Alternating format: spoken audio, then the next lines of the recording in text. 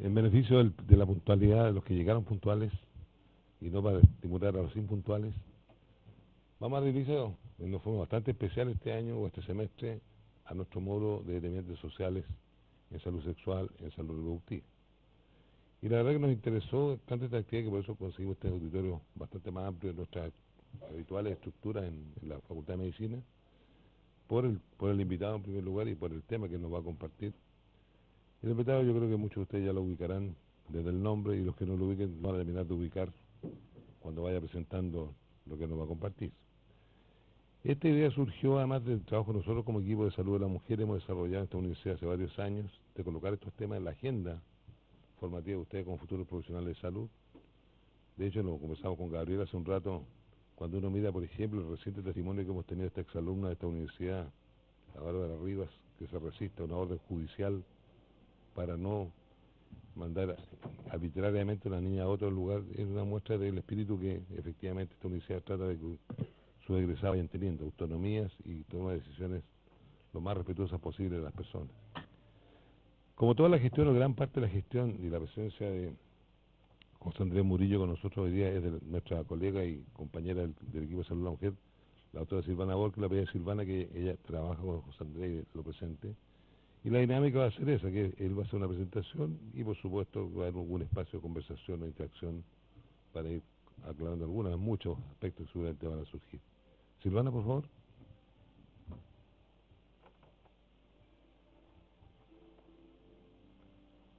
Bueno, primero que nada agradecer al auditorio,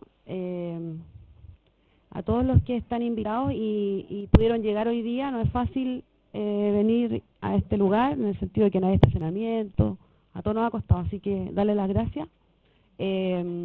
Agradecer a mi amigo José, que hace mucho tiempo teníamos ganas de invitar y nunca se había podido concretar, que apenas lo convoqué, me dijo, ya puedo, y dentro de su agenda bien movida se hizo un espacio para compartir lo que ha sido su trabajo en torno a la prevención y poner en la agenda y en la visión de país, ¿no es cierto?, cómo se construye una sociedad sin abuso. Y desde ahí los dejo con José Andrés, fundador de la Fundación para la Confianza, un amigo que conocí ahí y que me ha ayudado mucho en lo personal y que fue mi profesor en el diplomado de prevención de abuso sexual que hicimos en el año 2011, y desde ahí donde él ha trabajado y yo he ayudado en lo posible a la reparación. Y como profesora me siento muy honrada de hacerles clase a ustedes y de que de alguna manera pongamos en la agenda lo que significa el ser mujer y todo lo que conlleva un mundo mejor para las mujeres y los niños, ¿ya? Así que dejo con ustedes a José Andrés Murillo, doctor en filosofía, y yo creo que más presentaciones no son necesarias.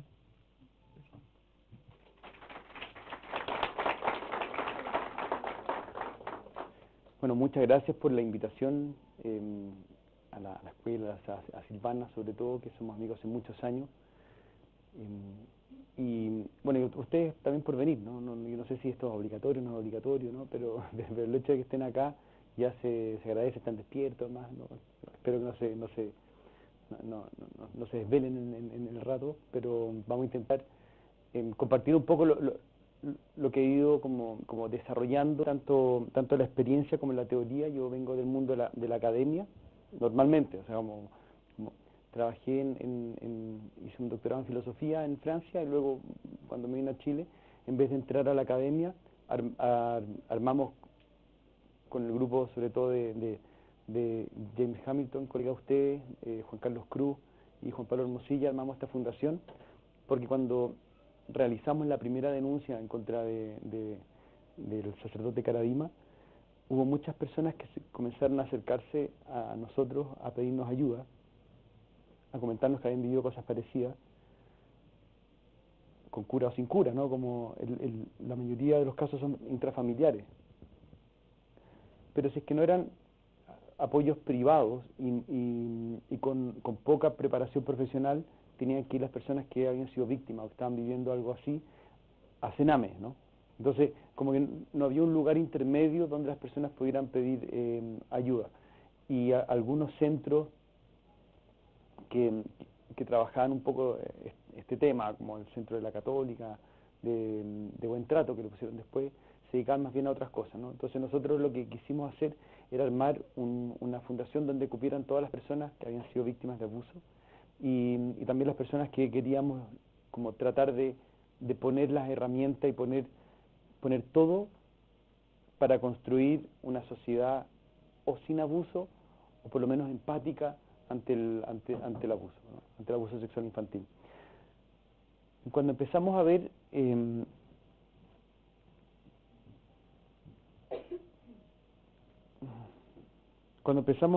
los casos de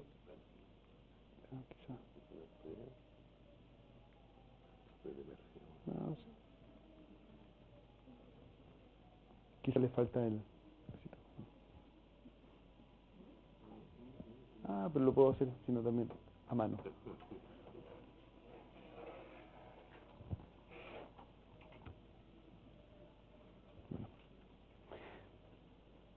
Cuando al principio comenzamos a ver, a estudiar el abuso sexual infantil, nos pasaba una cosa bien extraña, ¿no? Que muchas personas nos contaban, se nos acercaban y nos decían que habían sido víctimas de abuso o que tenían a alguien en su familia que había sido víctima, o un amigo, o una hermana, o un hermano, y sin embargo no habían cifras, como no habían cifras de abuso sexual infantil en Chile, o muy pocos estudios. Me acuerdo de la Universidad de Concepción había un estudio, en Arica había un estudio, pero en Santiago no había un estudio. En 2012 recién sacó la UNICEF un estudio muy mal armado, con una metodología, me parece que mal pensada, ¿no? Y incluso éticamente compleja, ¿no? Porque le preguntaban a los niños de 11 años si habían sido víctimas de abuso, sin definir lo que era el abuso y sabiendo que en casos de abuso sexual el 95% ha ocurrido en ambientes cercanos a la víctima, y en esos casos es muy difícil que incluso que las víctimas sepan que fueron víctimas, ¿no? Por eso hay una especie de, y vamos a pensar un poco después en lo que algunos llaman la amnesia traumática o la memoria traumática, ¿no? Ahí me baso sobre todo en una psicóloga francesa que es Mónica Salmosa, me parece que se llama, pero hay un sitio en francés donde yo saqué todas sus obras académicas, que se llama, está en francés pero no la puede traducir, como Memoire Traumatique, ¿no? Como memoria traumática, memoriatraumática.org creo que se llama. Y ahí hay mucha literatura. Y el otro en el que me he basado bastante ahora, que es un libro de abril de este año, que es el de Felipe Le Canelier, supongo que lo conocen, que se llama El trauma oculto de la infancia, ¿no? Y ahí es interesante porque analiza el trauma complejo como una constelación traumática, ¿no? Y que trae como otras consecuencias esta disociación, ¿no? Que curiosamente, además, cuando me puse a estudiar esto, la disociación, incluso en el DSM-4 y ahora hace poco el DSM-5, lo liga bastante con abuso sexual o maltrato físico grave durante la infancia, ¿no? Yo creo que en el DSM-4 hablan de que un 80% del trastorno disociativo y la personalidad múltiple tenía historias de abuso o maltrato infantil grave, ¿no? Entonces decía, aquí como sabemos las consecuencias, empezamos a saber las consecuencias, sabemos que hay una prevalencia enorme y sin embargo hay poca investigación, ¿no? Nosotros hicimos recién este año una investigación con todas las de la ley, ¿no? Como de la ley como metodológica, cuantitativa, estadística, solamente en la región metropolitana. Les voy a mostrar un poco después los resultados que están recién salidos del horno, pero que estamos escribiendo ya el artículo para poder validarlo a nivel también internacional, ¿no? Porque es importante que cuando nosotros hablamos del tema así importante tengamos datos duros, ¿no? Y tengamos investigación dura para poder decir esto tiene una prevalencia a pesar de que nosotros sabemos, ¿no? Y durante mucho tiempo estábamos en como lo que nosotros hemos llamado una especie de confianza ciega o ceguera.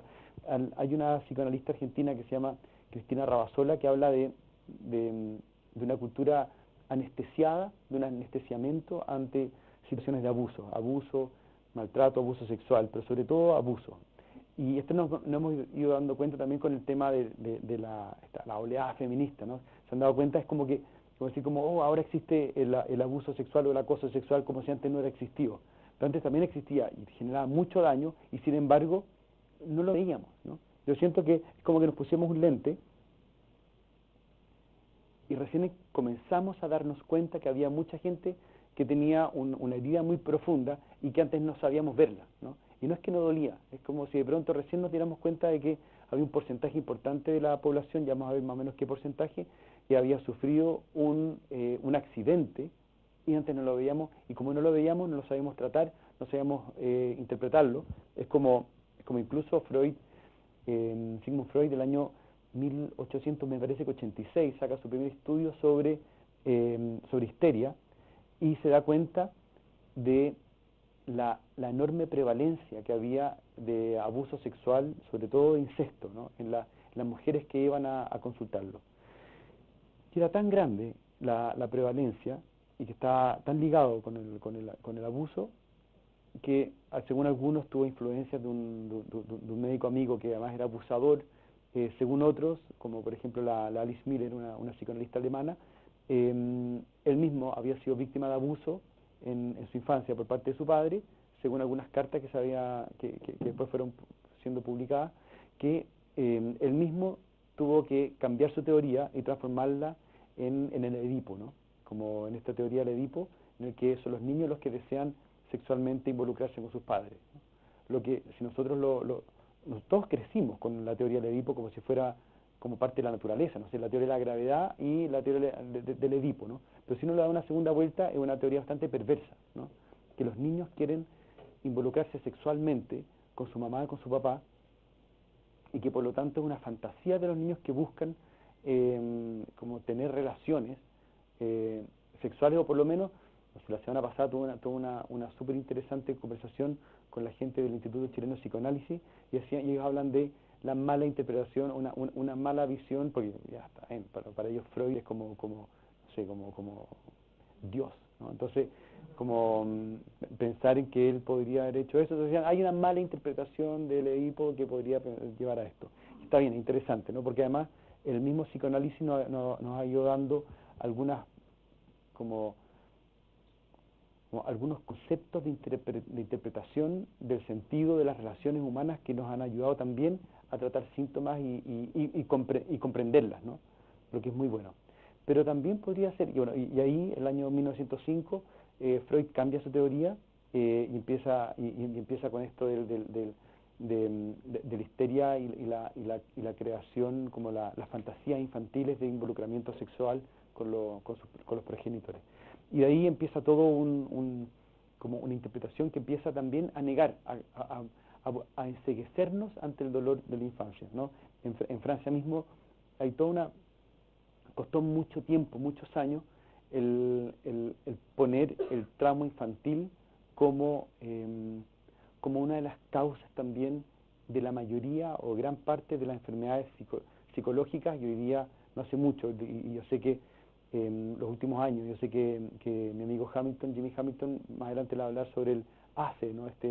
El Adverse Child Experience, es como que se han ido investigando en más de 80.000 personas y han ido demostrando las consecuencias en la salud psicológica e incluso como biológica de las personas a lo largo de su historia, ¿no? de su vida. Incluso se ha hecho una correlación con experiencias traumáticas de la infancia y un desarrollo como fragmentado o patológico de la vida adulta.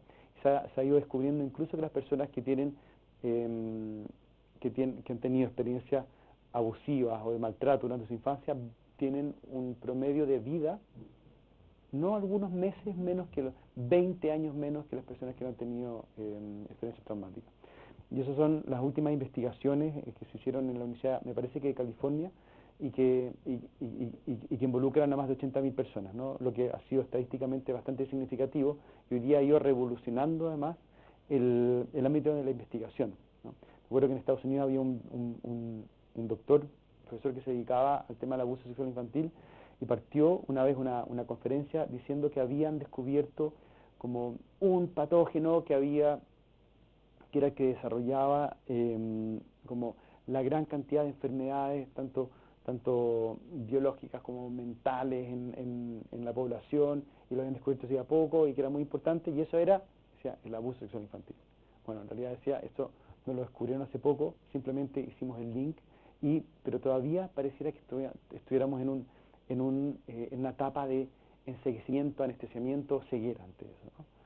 Ahora, bien, también ha pasado en algunos contextos en el que, así como el péndulo de la ceguera está pegado en un extremo en el que no vemos el dolor, no somos capaces de entrar en conexión con el dolor del otro, porque probablemente en muchos casos, según por ejemplo la misma Alice Miller, los terapeutas y los médicos en general les cuesta como entrar en esta conexión con las experiencias más adversas durante la infancia, porque muchos de nosotros también hemos vivido experiencias traumáticas o traumatizantes en nuestra infancia, y reconocerlo en el otro significaría reconocerlo en uno mismo, y eso es muy difícil, ¿no? Digamos, sobre todo porque tenemos herramientas para ver un montón de enfermedades, sin embargo la enfermedad del sufrimiento emocional como en el otro, y por lo tanto también en uno mismo, lo hace más difícil. Entonces es más fácil muchas veces reducir al otro a lo que los griegos llamaban una cosa viviente, ¿no? Como esto es interesante, quizás para ustedes les va a hacer bien, como les va a hacer bien en el fondo como concepto, les puede ayudar. Como a mí me ayudó en la comprensión filosófica, y a veces me he dado cuenta que algunos conceptos filosóficos ayudan también en otras áreas. Ustedes saben que en griego clásico tenían dos palabras para decir vida, ¿no? Porque se han dado cuenta que algunas palabras que hablan de la vida parten con la bio y otras como zoología o espermatozoide, que es aquello que porta la forma de la vida, no sé. Entonces, porque tenían dos palabras para decir vida, que era zoé y bios, y eran palabras totalmente diferentes y conceptos totalmente diferentes.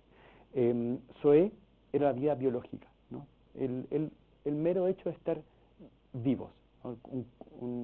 Que era lo que compartíamos los seres humanos con los animales, con los dioses, con las plantas, ¿no? El hecho, en el fondo el metabolismo, ¿no? El hecho de estar viviendo. Una cosa totalmente diferente era la bios, ¿no? La bios era la vida susceptible de constituirse en una biografía. Y una biografía es aquello que tiene una historia que solamente los seres humanos, y bueno, para los griegos, algunos seres humanos podían constituir una vida, porque si no, habían otros que estaban solamente viviendo para perpetuarse como un organismo, ¿no? Entonces eran parte del gran organismo vital. Entonces, me he dado cuenta que también muchas veces nosotros, como nosotros no tenemos esa distinción, como para nosotros un poco lo mismo, pero a veces como en el trato con el otro, sobre todo en las carreras de salud o los profesionales de la salud, pueden transformar al otro o reducir al otro a un solo cuerpo viviente, ¿no? a un organismo zoético, ¿no? Y no en una biografía, que son cosas distintas. Y a veces cuando es un cuerpo, solamente un cuerpo viviente, es más fácil tratarlo porque significa mantenerlo con vida, ¿no? O simplemente que tenga una muerte sin dolor físico.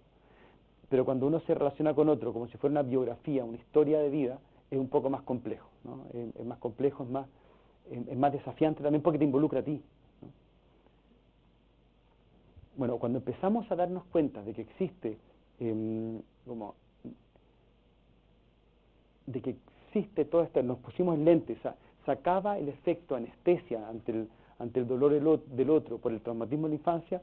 En algunos lugares el péndulo se puede ir para el otro lado y empezar a relacionarnos de la desconfianza total, ¿no? Como no podemos confiar en nadie porque todos son abusadores, ¿no? O todos son víctimas o todos son abusadores. Y a veces entramos en unas dinámicas medias destructivas. Lo que nosotros pensamos cuando armamos la fundación, y por eso pusimos Fundación para la Confianza, era que yo no me quería transformar en como una especie de profeta de la desconfianza, como de una profeta de la paranoia. Yo creo que, pensándolo en términos casi como psicoanalíticos, durante mucho tiempo vivimos una especie de narcisismo frente a la infancia, que no la veíamos, y solamente veíamos a los niños como futuros adultos, o incluso pequeños adultos, que se van a ir desarrollando. Y pasamos como de un salto casi como discreto desde el narcisismo a la paranoia, ¿no? Como una especie de relación paranoide con los demás, ¿no? Como donde todos son posibles abusadores, o yo me relaciono con los demás como si me vieran como abusador o que los demás son abusadores. Especialmente los hombres, tomando en cuenta de que en verdad el 95% de los abusos sexuales son cometidos por hombres, ¿no? Entonces es fácil pensar, especialmente cuando como no hemos tenido una reflexión suficiente en cuanto al trato con los demás, al buen trato, al contacto incluso, de manera lúcida, ¿no? Digamos nosotros.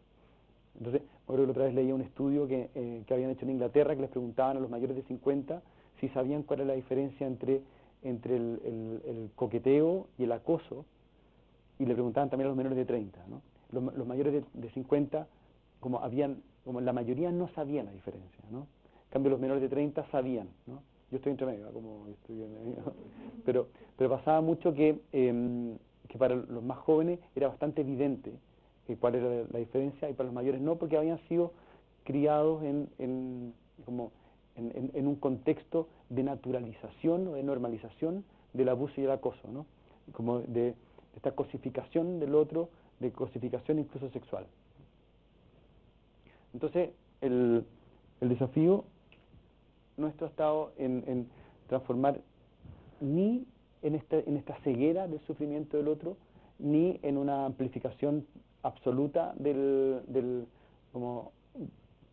la posibilidad del abuso y el acoso, en esta desconfianza generalizada, sino crear un nuevo trato, así, crear casi como un nuevo contrato social de género, ¿no? De género y de género en el sentido más amplio. Incluso yo creo que una de las cosas que más nos ha ayudado a nosotros el feminismo es darnos cuenta de que los grupos que han sido más desplazados, que han sido minoría en el sentido más cualitativo que cuantitativo, hoy tienen algo que decir en el espacio público, ¿no? El espacio público, que a veces también implica el espacio educativo, que nos tienen que enseñar a respetar y defender este mundo común, ¿no? Ahora bien, pensando que queremos estar en este nuevo contexto de confianza lúcida, nosotros lo hemos tratado de pensar como un contexto, ¿no? Porque las relaciones de confianza no son relaciones de uno a uno, son relaciones en un contexto. Si nosotros no entendemos los contextos, no vamos a entender las relaciones. Como si ustedes quieren hacer salud en Santiago, es muy distinto a hacer salud en la Antártica o en el desierto, ¿no? Tienen que tomar en cuenta el contexto, si no, no van a entender nada, ¿no? Y van a estar aplicando categorías de un sector al otro, ¿no? Y no funciona, ¿no? A pesar de que tú no puedes decir que el cuerpo biológico funciona igual, no funciona igual. Las relaciones no funcionan igual, las reacciones no son iguales, ¿no? Es importante, yo creo que una de las cosas que uno aprende en filosofía, o que yo he ido aprendiendo en filosofía, o que yo he ido poniendo como las herramientas que me dieron que me han dado la filosofía para pensar temas más sociales, es que, y como la hermenéutica, ¿no? La hermenéutica, como la primera regla, ¿sí? La hermenéutica, que es bastante básica, dice como no hay texto sin contexto, ¿no? Como no hay relaciones fuera de situaciones, ¿no? De hecho, no hay mundo fuera de una situación, o el mundo siempre está posicionado, ¿no? El mundo no es neutro, los contextos no son neutros. Entonces, si queremos como comprender las relaciones, tenemos que comprender los contextos, porque además los contextos determinan los tipos de relación. Y esto fue muy interesante en los años 50 y 60 en todas las escuelas, así como de California, Palo Alto, Stanford, porque fueron creando todos estos modelos de la psicología social, donde iban como experimentando con los seres humanos, cosa que hoy día ya, por suerte, no es ético, ¿no? Pero fueron dándose cuenta de que el contexto determina mucho más el comportamiento que la personalidad como neutra, ¿no? Y ahí están el típico ejemplo de la cárcel de Stanford, ¿se acuerdan de ese experimento, no? Que pidieron un grupo de alumnos que se inscribiera como carceleros y otro grupo de alumnos como reos, ¿no? Y los pusieron solamente para experimentar, ¿no? Y tienen que hacer juego de roles. El problema es que en menos de un día se volvió tan violento el mismo experimento que tuvieron que detenerlo, ¿no? Y los tipos entraron incluso en reacciones de estrés, como de estrés muy profundo, que se demoraron mucho tiempo en acompañarlo, porque el contexto había creado una situación de violencia tan grande que no podían detenerlo. Y eso lo habían sacado evidentemente de lo que había ocurrido en los campos de concentración en los años 40 durante la guerra, ¿no? Porque se daban cuenta de que había gente, entre comillas, normal, que actuaba de manera absolutamente anormal en un contexto, entre comillas, también anormal, ¿no? Como que respondemos mucho más a los contextos. Por lo tanto, ¿qué es lo que hay que intervenir? Los contextos, ¿no? Como los contextos nos ayudan a moldear también las relaciones en las que vamos a estar, ¿no? Obviamente son vasos comunicantes, ¿no? Entre relaciones y contextos, pero al final, si tú quieres transformar una relación o que las relaciones se vuelvan éticas, cuidadosas, como nutritivas en el sentido amplio, tienes que crear contextos que lo permitan. Uno no le puede. Me acuerdo que trabajamos durante un tiempo con la Junji, se me pedían actualizar los protocolos de buen trato para evitar el maltrato hacia la infancia. Entonces, la primera pregunta que se me ocurrió hacer era ¿cómo se tratan los adultos? O sea, bueno, mira, la verdad es que tenemos bastantes problemas, pero lo importante son los niños, me decían. Es que ustedes no van a tratar bien a los niños si entre los adultos andan a patar. ¿Cuáles son los...? Entonces ahí se nos ocurrió unir los protocolos de buen trato entre los adultos, incluso de buen trato laboral, con los de buen trato en la infancia. Entonces hicimos ese cruce y la verdad es que ha sido, yo creo que bastante exitoso, ¿no? Porque además los obligamos a como a pensar sus propios protocolos contextualizados, porque antes eran como una serie de normativas que venían desde lo alto que los obligaban a tratarse de alguna manera o evitar algunos tratos. Y aquí, cuando a ti te invitan a crear un nuevo protocolo desde ti mismo, te hacen pensar en tus dinámicas, en tus contextos, en todo. Y lo que ha sido me parece muy bueno. Por eso, tal vez el tema en el abuso es importante. Bueno, aquí hay algunas de las estadísticas que fuimos sacando en esta investigación que hicimos. Le preguntamos a los mayores de 18 años si habían sido víctimas de abuso sexual antes de cumplir los 18 años, ¿no? Y describimos, eran como 15 situaciones de abuso, desde toqueteo hasta explotación sexual comercial, creación de material pornográfico hacia la infancia, ¿no? Y sumando todos, en un 18%, o sea, 18% de los hombres han sido víctimas de algún tipo de abuso sexual antes de cumplir los 18 años, y 39% de las mujeres fueron víctimas también de algún tipo de abuso sexual antes de cumplir los 18 años. Me parece que en la violación, como porque unimos varias, me di cuenta de que a nivel mundial el 1% de las mujeres ha sido víctima de violación,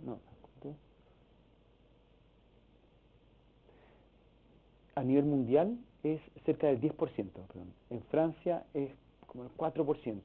En Chile, lo que nosotros logramos medir era 2,7% más o menos, víctimas de violación, mujeres. En hombres bajaba a menos del 1%. Pero eso es lo que son capaces de decir, ¿no?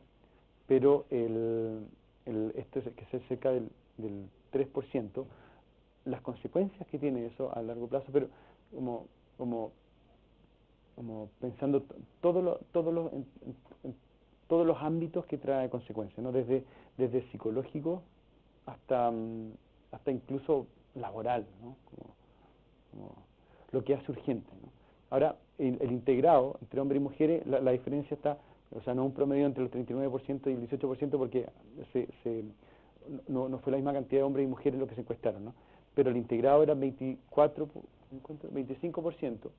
25% de la, creo que es 25,6% más o menos de la población en Santiago ha sido víctima de algún tipo de abuso sexual antes de cumplir los 18 años.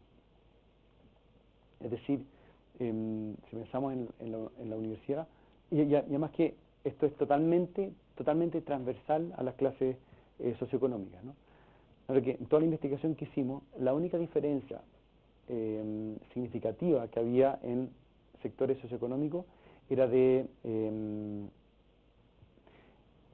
porcentaje de denuncia, ¿no? En el sector socioeconómico D, el 22% se denunciaba, y en todo el resto de los niveles socioeconómicos era el 4,5%, ¿no? Es decir, de cada 25 casos, uno se denuncia, ¿no? Más o menos. Y de eso que se denuncian, entre el 9 y el 10% llegan a algún tipo de sentencia, ya sea absolutoria o condenatoria, ¿no? La mayoría sí, como condenatoria, pero el 90% de los casos llegan a órdenes de no seguir investigando, archivos, ¿no? Porque es muy difícil probarlo.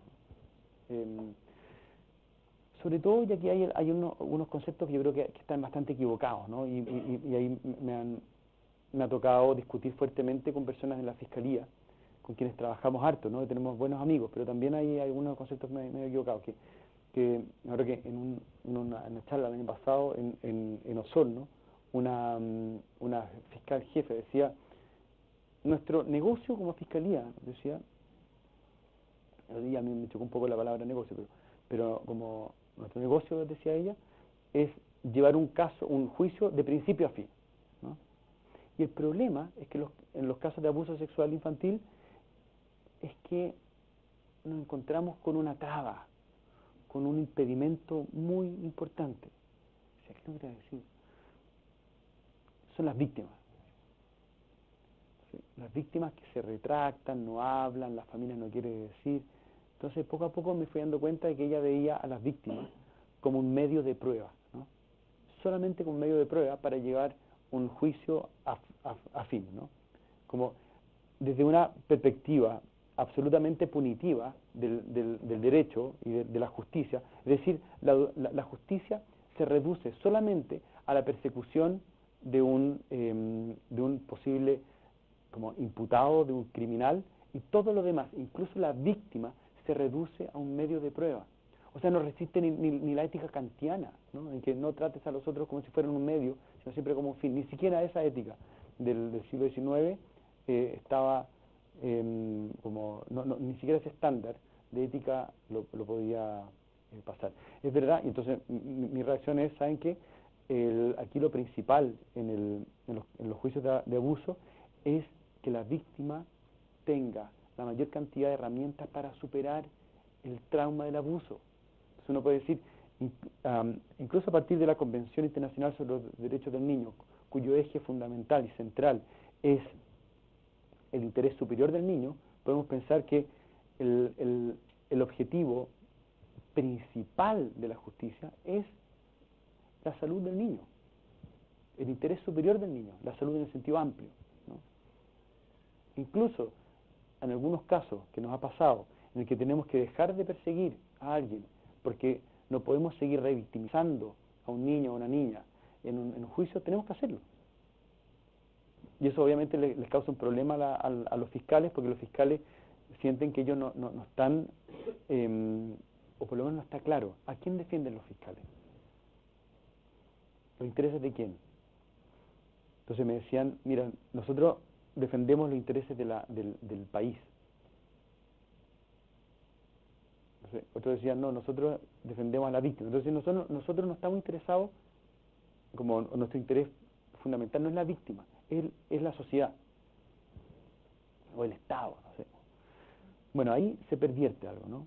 Y yo creo que en base a la Convención Internacional sobre los Derechos del Niño, cuyo eje fundamental, insisto, es el interés superior del niño, nosotros podemos pedirle a la Fiscalía que cambie sus criterios, ¿no? Y ahí fueron cambiando sus criterios. Me acuerdo que después de esa conversación el fiscal Emil Fork también actuó y presentó al día siguiente. Él no estaba en la primera presentación y dijo: aquí lo principal es el interés superior del niño, y nosotros, incluso si tenemos que dejar de perseguir a alguien porque nos damos cuenta que estamos sobreexplotando a un niño como si fuera solamente un medio de prueba, tendremos que dejar de hacerlo.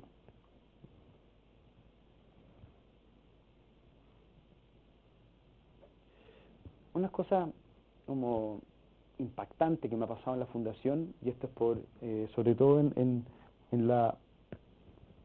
trabajando con víctimas. Nosotros recibimos más o menos como entre 500 y 600 víctimas al año, ¿no? en la fundación. Y que si lo piensas mucho, pero si lo piensas 2 veces es re poco al lado de la cantidad de personas que han sido víctimas. No tenemos más capacidad, ¿no? Y las personas que llegan a la fundación, más o menos el 20% han sido víctimas de incesto, ¿no? De abuso sexual por parte del papá. En general, cerca del 10 o 15% vienen con ideación suicida, ¿no? Lo que para nosotros es bastante complejo, ¿no? Por eso nos aliamos con una fundación que se llama Fundación José Ignacio, que trabaja en prevención del suicidio infanto-juvenil, y trabaja ella en la fundación, que en realidad es una persona, ¿no? Es la Paulina del Río. Su hijo se suicidó cuando era joven, tenía 19 años me parece, y su sentido de vida hoy día es prevenir el suicidio infanto-juvenil. Y se ha ido capacitando en todas las certificaciones internacionales para poder como realizar intervenciones en crisis ante temas suicidas, ¿no? Sabiendo que ustedes saben en qué lugar más o menos de los rankings de la OECD se encuentra Chile en temas de suicidio, ¿no? Vamos ganando. En tasa de suicidio. Curioso, ¿no? Probablemente, o sea, bueno, según algunas personas es porque en Chile se mide, ¿no? Porque empezamos a medirlo. Entonces era algo que no se medía y por lo tanto no existía. Y en muchos países no se mide, entonces no, porque a veces como la causa de muerte era como una intoxicación y era evidentemente que era un suicidio o una, ¿cómo se llama? Se ahogan y no ponían en el parte que había sido un suicidio. Entonces, cuando las cosas empiezan a medirse, empiezan a existir, ¿no? Y cuando empiezan a existir hay que hacerse cargo de ellas. Y eso es lo que pasa con el abuso. Por suerte hoy día nos tenemos que hacer cargo. Bueno, importante definir el abuso, a pesar de que en general nosotros pensamos que la definición es bastante obvia, ¿no? Pero hay algunas cosas que yo creo que es importante tenerlas en cuenta. Y es que no es un problema de la sexualidad, ¿no? Sino un problema del poder. Para mí es importante como poder explicitar eso. El abuso sexual infantil es un abuso de poder que se manifiesta en el ámbito de la sexualidad, pero no es un tipo de relación sexual que sea abusiva, ¿no? Es más, en muchos de los casos, la parte sexual, por lo menos la víctima, es lo que menos lo que menos pesa, ¿no? Ha pesado el abuso de poder, el abuso de confianza, incluso la traición. La traición que ha significado el hecho de que alguien que tenía poder, que estaba en un contexto de asimetría muy grande, utilizó ese poder no para cuidar, no para proteger, sino para abusar, ¿no?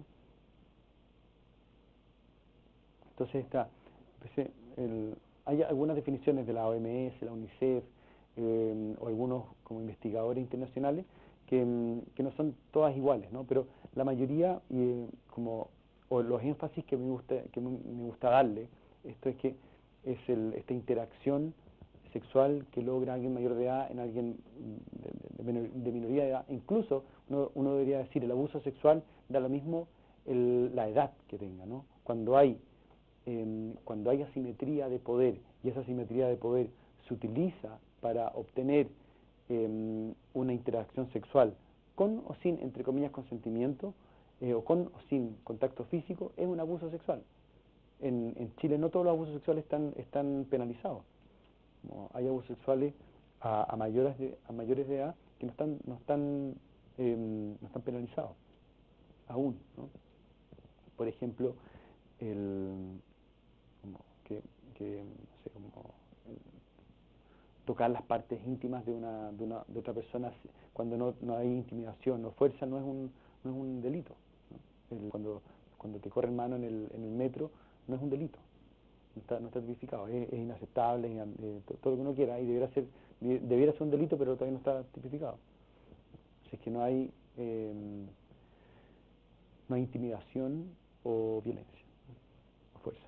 Entonces, muchas veces se ha pensado que si el abuso sexual o la violación no hay fuerza física, no es violación, ¿no? Me acuerdo que, ¿se acuerdan este caso en España, ¿no? Donde no era la tribu, era la manada, violan en grupo a una niña y la niña no se resiste físicamente?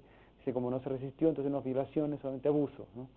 Dejando de lado toda esta teoría de la asimetría de poder, ¿no? Algunos elementos de la asimetría de poder, contextos asimétricos.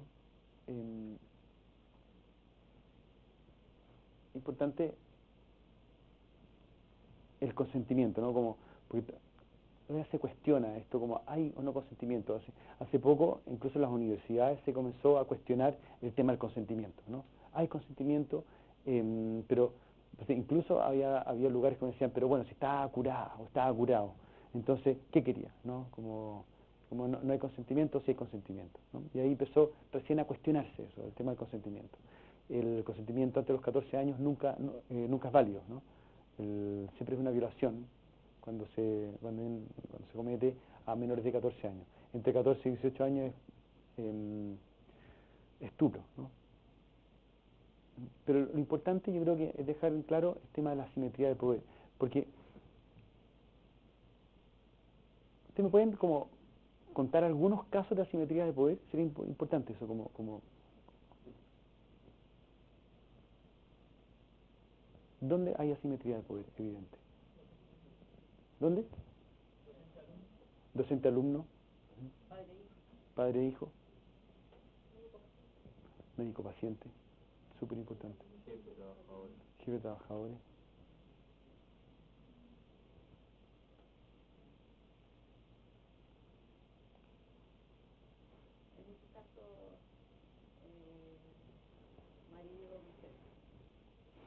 En las relaciones de pareja a veces se dan por distintas circunstancias, sea como asimetría física, de fuerza física. O sea, las asimetrías se pueden dar en razón de la fuerza física, la edad, el trabajo, la cultura, como poder económico, poder cultural, estados de conciencia. Entonces, por eso es importante como problematizar el tema del poder en las relaciones para poder entender cuando hay abuso.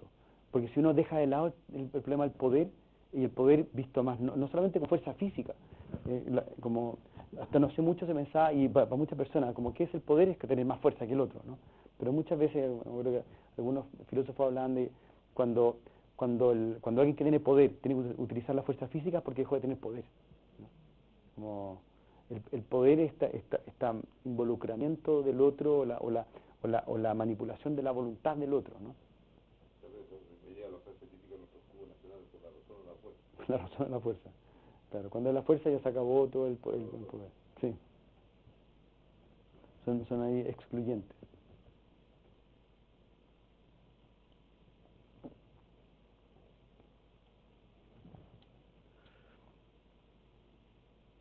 Quizá una de las cosas que a mí más me ayuda y siempre lo pongo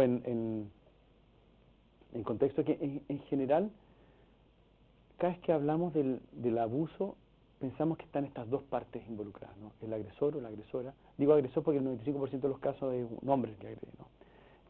Y la víctima. Entonces, que comete el acto de abuso. Y nos quedamos en eso porque queremos como comprender qué podemos hacer con la víctima, qué fue lo que falló en la víctima, cuál fue la vulnerabilidad de la víctima, o qué, incluso en algunos casos, y se da bastante, ¿eh? ¿Qué hizo la víctima para merecer eso? ¿No? Incluso me toca mucho gente que viene de terapia, en la que el terapeuta o la terapeuta le decía, como, ¿por qué querías tú entrar en esta relación abusiva? ¿No? Como, entonces empiezan a decirle, ¿saben que en verdad te están como... Esto probablemente porque la terapeuta o el terapeuta no ha desarrollado, no ha enfrentado sus propios traumas abusivos, ¿no? Pero cuando no... Bueno, y también porque a veces nos cuesta probablemente entrar en la dinámica, que es muy difícil, muy compleja, como comprender el abuso. Y pasó lo mismo en general cuando hay violencia política. Lo primero que nosotros preguntamos, ¿qué hicieron ellos para merecerlo? ¿No? Como ¿qué habrá hecho? ¿No? Lo que pasó en el Holocausto, decían como algunos, incluso judíos, decían, bueno, ¿qué hicimos como pueblo judío para que no hicieran esto? ¿No? Hasta que dieron cuenta, en realidad la violencia es absurdo, ¿no? Y para los niños sobre todo es muy difícil aceptar el absurdo. Entonces, por eso, por ejemplo, en los casos de incesto, cuando los niños o niñas han sido víctimas desde muy pequeños, ¿saben cuándo se dan cuenta de que ellos fueron víctimas? Cuando empiezan al colegio, se dan cuenta que sus compañeros y compañeras no viven lo que viven ellos. ¿Y saben cuál es su primera reacción? O sea, yo quiero ser mala persona yo me voy a portar muy mal para que me traten de esta manera, ¿no? Porque o si no, habría que, tendrían que como asumir el absurdo de la relación, el absurdo de la violencia. Y como no podemos, sobre todo los niños, como no pueden convivir con el absurdo, tienen que explicárselo a ellos mismos de alguna manera. Como, es mi culpa.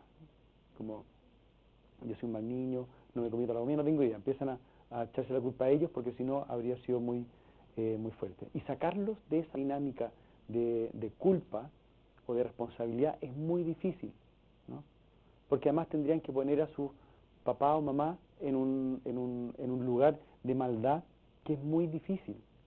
Por eso, no sé, es muy difícil sacar a los niños del esquema abusivo o separarlo del papá y la mamá cuando son, no sé, nos ha atacado casos de explotación sexual comercial infantil de parte del papá y de la mamá, y el niño igual los quiere, ¿no? Entonces lo mandáis al Sename, y tú decís, como el Sename va a ser peor que estar ahí, ¿o no? Bueno, las investigaciones en general muestran que por lo menos de 0 a 6 años, o sea, es horrible que vivan en una casa donde hay abuso sexual, pero es peor vivir en una residencia.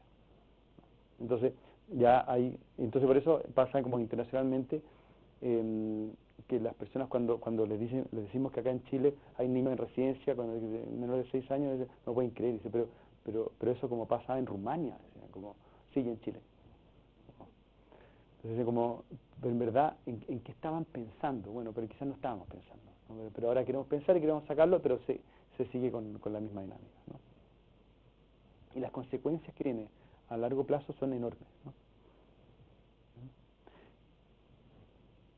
O sea, para que un agresor agreda a una víctima, tiene que ser generalmente silenciada la víctima, no tanto por el agresor, sino por un tercero, que apoya al agresor y silencia a la víctima.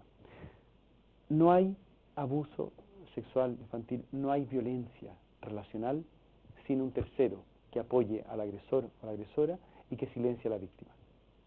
Y eso se da desde el abuso sexual infantil hasta la corrupción, ¿no?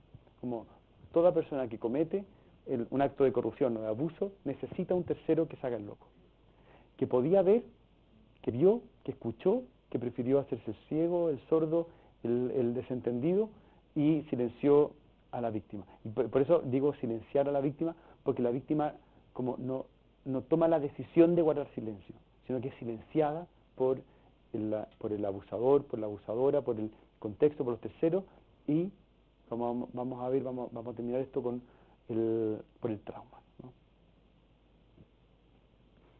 Entonces, en general, incluso cuando se quiere trabajar en prevención de abuso, se apunta a la víctima o al agresor. Y esto a ustedes como le va a parecer absurdo, ¿no? Porque como trabajamos nosotros en colegio, nos dicen, aquí nosotros prevenimos el abuso sexual infantil. Así, ¿quién está cargado de prevenir? Entonces, los adultos. ¿Y cómo? Y siempre es como terminan los niños con la responsabilidad de prevenir el abuso. Suena absurdo, ¿verdad? Bueno, pero entonces, ¿cómo lo previenen? Porque los niños les enseñamos a conocer sus partes íntimas, a distinguir entre secretos buenos y secretos malos, entre toques buenos y toques malos, y a decir que no, y a golpear. Entonces les decía, como al final son los niños los encargados de prevenir el abuso, no ustedes, ¿no? Porque probablemente a los mismos adultos les pasa algo que les complica, les da miedo, no saben cómo hacerlo, y le entregan a los niños la responsabilidad de prevenirlo, ¿no? O a los agresores. ¿Y cómo? Llenamos de cámaras en todas partes y prohibimos el abuso, subimos las penas, y pensamos que solo los agresores van a prevenir el abuso.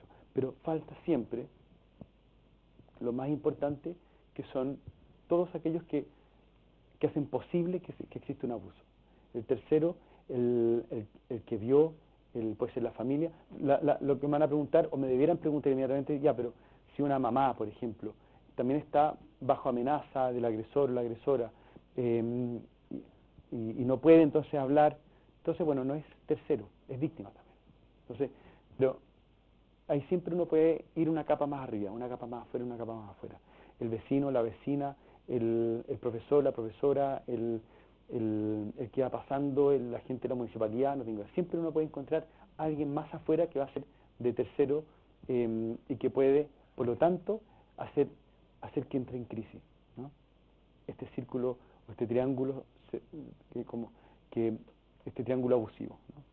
Es necesario hacerlo entrar en crisis. ¿Qué pasa cuando la víctima, cuando digamos que no existe un tercero, cuando la víctima por temor, por miedo, por esta represión, por esta agresión, no habla, no delata, no se hace cargo?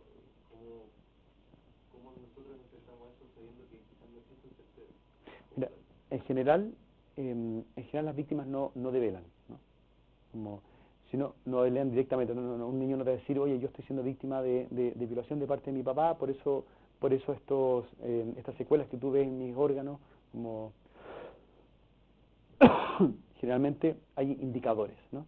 Hay indicadores que te pueden hacer pensar, y una serie de indicadores comportamentales, sexuales, psicológicos, relacionales, físicos, que te pueden decir, podrían ser un indicador de que aquí hay un abuso. Hay unas guías clínicas que son, yo creo que es bien importante que las vean, que lo hicieron entre la UNICEF con el Ministerio de Salud, me parece que el 2011 por ahí, 2010, 2011, que describe una serie de indicadores. Como a mí me da miedo empezar a hablar de indicadores porque no soy un experto en salud como para decirles eso, pero yo creo que es importante que ustedes como investiguen eso, porque hay indicadores. Y entonces la develación, lo mismo con síntomas, ¿no? Una persona no te va a decir como, mira, yo tengo como esta enfermedad, ¿no? Te va a decir una serie de síntomas que podrían indicar que podría tratarse de esto. Ahora, cuando esto además es un delito, tú tienes que hacerte cargo de alguna manera más. Ahora, podría darse en casos de laboratorio, quizás no tanto laboratorio, donde no existe un tercero, es decir, donde hay una isla en Chiloé donde vive solamente el papá y la hija y es víctima de abuso, puede darse, ¿no? Pero uno podría pensar, igual va a haber alguien que esté, o el médico, los médicos son muy importantes en eso, ¿no? Como que aprendan a ver, nos ha pasado muchísimo. Por ejemplo, estamos ahora en un caso súper complejo, que una niña fue víctima de abuso a los 10 años, de violación, de parte del profesor de violín en un colegio, y cuando era, y obviamente, ella entre comillas, no lo develó, porque las víctimas, además, como vamos a ver un poco después, pueden entrar en esta como memoria traumática, que no lo develan, pero sí tienen algunos indicadores, ¿no? Entonces ella tenía como sangramiento vaginal, y la mamá la llevó al médico, ¿no?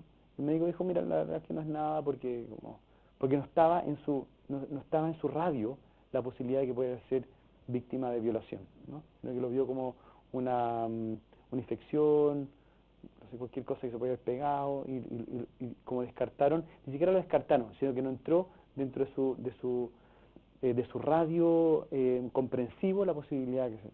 Y si lo hubiera comprendido, probablemente hubieran actuado, y yo estoy seguro de que ese médico no fue mala intención, sino que no estaban en ese momento las condiciones. Hoy día sería muy raro, supongo, que alguien la llevan a una niña de 10 años, la llevan al médico. Además que, ojo, que curiosamente todos los promedios de la edad de victimización de abuso sexual infantil es a los 10 años, ¿no? De manera transversal. A los 10 años donde más abuso se da. Ahí, en ese momento, hoy día probablemente sería muy difícil que alguien no lo tenga en su radio, ¿no? Pero hace 15 años atrás hace 12 años atrás era mucho más difícil.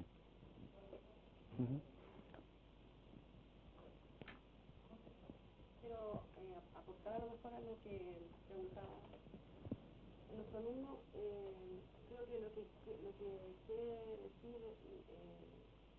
José Andrés es que siempre hay un tercero que mira, que apoya o que silencia, o que no se atreve a hacer nada. Entender la posibilidad de que solamente que no entiendo, que siempre hay un tercero, que siempre ayer en el consultorio hablábamos sobre una tricomona en una niña de 8 años. Hubo la tercera ginecóloga que hubiera un flujo vaginal con una tricomona y decir, la mamá me pregunta, ¿qué pasó aquí? No, es un bichito que se pegó en el baño, con las manos, en el colegio, o realmente ponerme en este triángulo y decir, a ver, ojo, la tricomona no es un ETS o no es un ETS. Ya, si es un ETS, soy el tercero. Yo creo que eso es importante que lo vamos como ver. El desafío nuestro ha sido siempre como tratar de transformar los terceros, como dice la Silvana, desde un tercero indiferente, como que puede ser indiferente porque es cómplice, porque es caótico, porque es, no sé, o porque no tiene las herramientas, porque no quiere actuar, o porque tiene miedo, o porque no quiere involucrarse, ¿no? O porque no quiere arriesgar algo en un tercero comprometido, ¿no? Y ojalá que como tercero que pasa de la indiferencia hacia la decisión de proteger, tenga además las herramientas. Y esas herramientas no son solamente personales, sino también son comunitarias. Siendo la misma línea que señalaba Silvana, que de repente no es infrecuente en el ámbito ya de colegas recibidos a la información, justamente que este tipo de ustedes pasan por las narices la sospecha, pero prefieren no meterse para evitarse problemas médicos legales. La oportunidad de develar la víctima se queda sola. Me acuerdo que me llama generalmente una mujer que fue víctima cuando era pequeña. Hoy día tiene cerca de 50 años, ¿no? Y vive hoy día en otro país, en un contexto muy complejo, ¿no? Y yo no sé si me va a volver a llamar porque siempre está al borde del suicidio. Me dice, yo cuando era chica, yo tenía como evidentes indicadores de ser víctima, ¿no?, de abuso. Y yo iba al colegio y yo sé que mi profesora se daba cuenta, ¿no? Pero y también sé que mi profesora me quería, ¿no? Pero no hacía nada. ¿Por qué? O sea, entonces me decía, probablemente si hubiera hecho algo, obviamente habría quedado la embarrada en su casa, en el colegio, en todas partes, pero se habría detenido ese círculo abusivo, ¿no? Esa crisis, a veces la crisis detiene, ¿no?, una dinámica abusiva.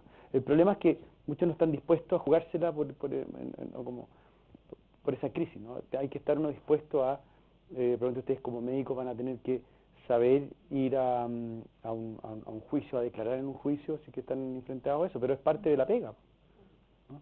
Disculpa, también tengo la impresión de que quizás en la vida cotidiana asomarse a estas situaciones es como algo que quizás las personas vieran de manera natural porque es un contenido muy potente, muy fuerte. Entonces, pensando en la formación profesional, en este caso de médico, el entrenamiento apunta a que hagan algo que es antinatural. Desde ese punto de vista, y es que se asomen y a que evalúen, a que hagan una anamnesis, a que levanten una historia clínica en torno a este tema y que puedan tomar una medida acorde con eso. Yo tengo la impresión de que quizás también tiene que ver con eso, digamos, que asomarse a esta realidad requiere cierto entrenamiento, porque de lo contrario el costo personal, emocional puede ser súper elevado. Nosotros aquí en la postal en el quinto año tenemos un escenario de simulación, por ejemplo, donde tienen que entrevistar a una mujer que padece violencia de género, que es un tema que habitualmente los médicos lo indagan muy poco. En algunas investigaciones lo indagan como en el 7-13% de las consultas, muy poquito. Sin embargo, ahí puede haber violencia de género, violencia sexual. Pero la idea es poder entrenarlos para que al menos puedan dar una primera respuesta cuando estén en atención primaria o en la especialidad de su elección. Pero algo que requiere un entrenamiento más específico. Requiere entrenamiento, pero también requiere una decisión, ¿no? Como una decisión de involucrarse en esto. Ahora que conversando una vez con un médico belga que se dedicaba al acompañar víctimas, me decía, y conversando sobre la retractación, ¿no? Como los niños cuando se retractan en la mitad de un juicio, siendo verdad o no es verdad el caso. Generalmente, bajo ciertas circunstancias, los niños se retractan, porque hay toda una investigación, por ejemplo, el síndrome de acomodación de los niños cuando son víctimas de abuso, de que sienten que están, si bien es muy difícil lo que están viviendo, cambiar el escenario para ellos les parece más amenazante que seguir viviendo la situación de abuso. Entonces, él me contaba que para los niños, a veces cuando iban a juicio, muchos de ellos sentían que todos los adultos se habían puesto de acuerdo para no creerle, ¿no?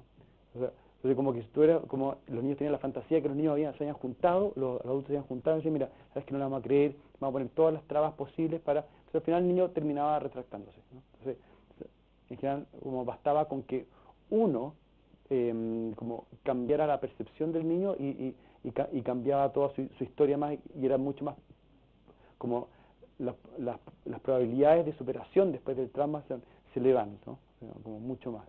Entonces es importante, yo creo, como si bien ahí se requiere entrenamiento técnico, yo creo que eso tiene que ir acompañado o probablemente gatillado por una decisión como ética, empática, humana, incluso de derechos humanos, de involucrarse, ¿no? Involucrarse en eso. Creo que desde la perspectiva de cuando la víctima es un niño, es más fácil ver a este tercero como un tercero indiferente. Pero, ¿qué pasa cuando la víctima es una persona adulta, que en sí es consciente, pero no es capaz de identificarse como una víctima? Y ese tercero se trata de meter en este triángulo y al final puede pasar que uno lo silencie porque la persona se aleja de esa persona que es la... Yo quiero ser ese tercero que quiere ayudar, pero termino por tratar de ayudar que se aleje de mí. Por ejemplo, yo médico, me doy cuenta de esto y la paciente, y lo evidencio y la paciente nunca más vuelve a mí porque me voy a meter en algo que ella no es capaz de enfrentar. Nosotros siempre decimos que la ruptura, o sea, ¿quién está encargado acá de romper con la dinámica abusiva? Evidentemente el tercero, pero romper la dinámica abusiva no es una acción técnica, no es un acto técnico, ni automático, es una estrategia, ¿no? Probablemente no es como tomarse un antibiótico, ¿no? Sino que es una manera de como demostrar porque me acuerdo que había, no sé si ubican a Cyrulnik, que es un médico francés, y contaba la anécdota de que en los años 80, 90, no me acuerdo, en Francia, un grupo de terroristas se toma un jardín infantil, ¿no? Y toma de rehenes a los niños. Y pasan 2 o 3 días en esta situación de rehenes, y no sabe qué hacer el gobierno dice, como deciden entrar, y entran con las metralletas, matan a todos los terroristas y salvan a los niños. Y después, entrevistando a los niños, se dan cuenta de que el momento más traumático de toda la situación era cuando los habían salvado, ¿no? De hecho, les costó mucho superar la situación del salvataje, ¿no? Más que la situación de rehén, porque mientras estaban de rehén los habían tratado muy bien, los terroristas como estaban, no sé. Entonces, como hay una especie de paradoja de la salvación, ¿no? La paradoja de la ruptura del silencio, que puede hacer más daño, incluso puede cerrar, ¿no? Como muchas veces esta situación, esta dinámica abusiva, incluso la situación de víctima, es como una bomba de relojería, ¿no? Si tú cortáis el cablecito equivocado, vaya a cerrar y vaya a iniciar como el mecanismo de autodestrucción, ¿no? Como en una víctima. Lo mismo pasa, por ejemplo, y eso cosa que viví yo como personalmente, en las relaciones sectarias, ¿no? Cuando uno está como en una relación sectaria, abusiva, es muy difícil que alguien te diga afuera, oye, tú estás en esta situación. O lo mismo cuando nosotros vemos a un amigo o una amiga que está en una relación abusiva, ¿no? Como tú le vas a decir algo y le vas a confirmar probablemente como que ella tiene la razón en vez de salir, ¿no? Yo he tratado de pensar esto y de ver cómo cortar los cablecitos correctos para desactivar esa relación abusiva. Y no es nada de fácil, ¿no? Porque si no, generalmente lo que hacemos es esta disonancia cognitiva, de que cuando nosotros tenemos un paradigma muy cerrado, una relación sectaria, una relación abusiva, todo lo que nos dice nos va a cerrar mucho más en nuestra relación, aunque sea, incluso que te como golpeen, muchas veces uno va a defender en esta como dominación simbólica de la que hablan algunos, al agresor, al golpeador, porque como está como síndrome de acomodación. ¿Qué tal?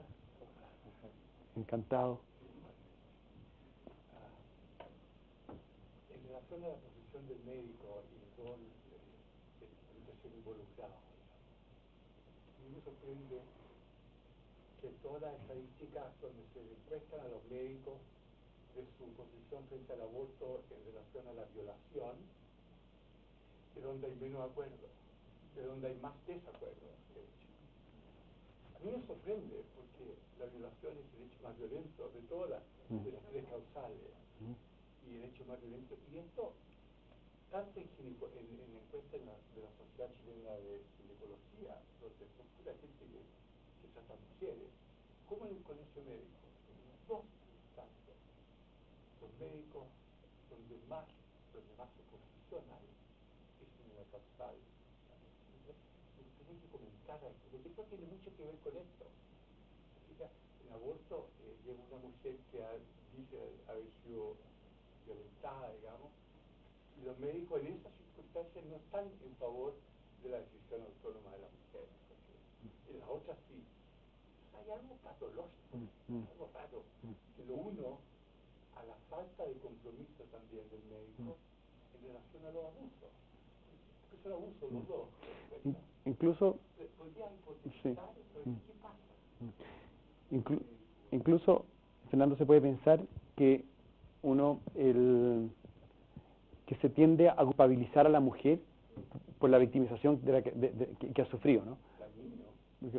Al niño o a la niña, ¿no? Como sobre todo a la niña cuando como se la responsabiliza a ella del acto abusivo de la que fue víctima.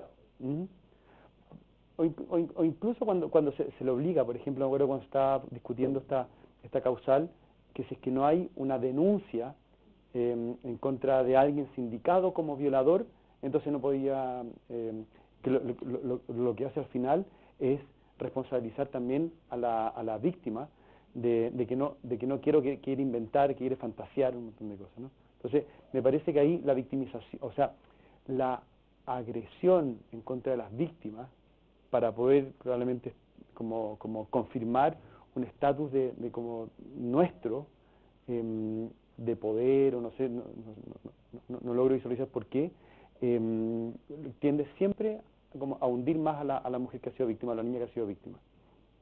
Siguiendo la línea que plantea Fernando, es mucho que se hace de los alumnos de otros ejes que lo van a conocer en la próxima actividad. A mí por cuanto exactamente lo que me decidió, pero en realidad literalmente como ginecólogo. O sea, son colegas que están acostumbrados a una... Estamos viendo cómo formar a los ginecólogos, y los mismos ginecólogos...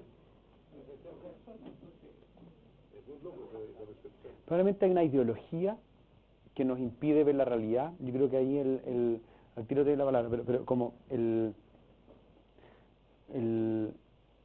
cuando la ideología pesa más que la ética, que el encuentro con el otro, que incluso con el sufrimiento del otro, te hace perder toda perspectiva, ¿no? Y yo creo que ahí el pensamiento crítico en la formación de los médicos y de todos, ¿no? Pero el pensamiento crítico es fundamental, porque es lo único que logra ser un crack en la ideología.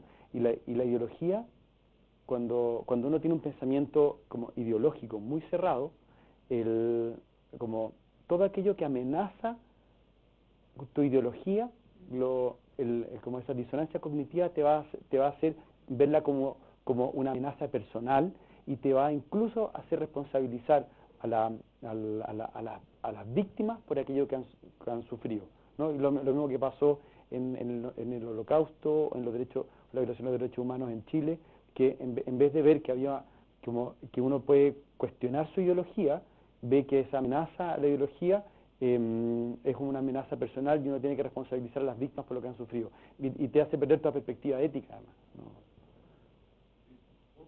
Sí, sí. Dos segundos nada más.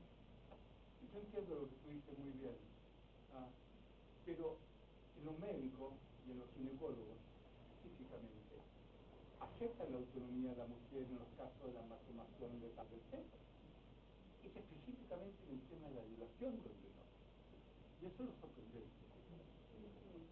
Yo hubiera pensado que todos los que requieren de primero iban a estar de acuerdo de ello.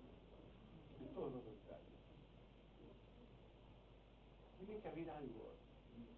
Yo no sé qué hablo de esto, después lo porque creo que nadie sabe por qué, pero es raro. Lo encuentro muy raro. Entonces, cuando uno va a formar médico, la pregunta es, ¿qué es lo que tiene que hacer para corregir eso?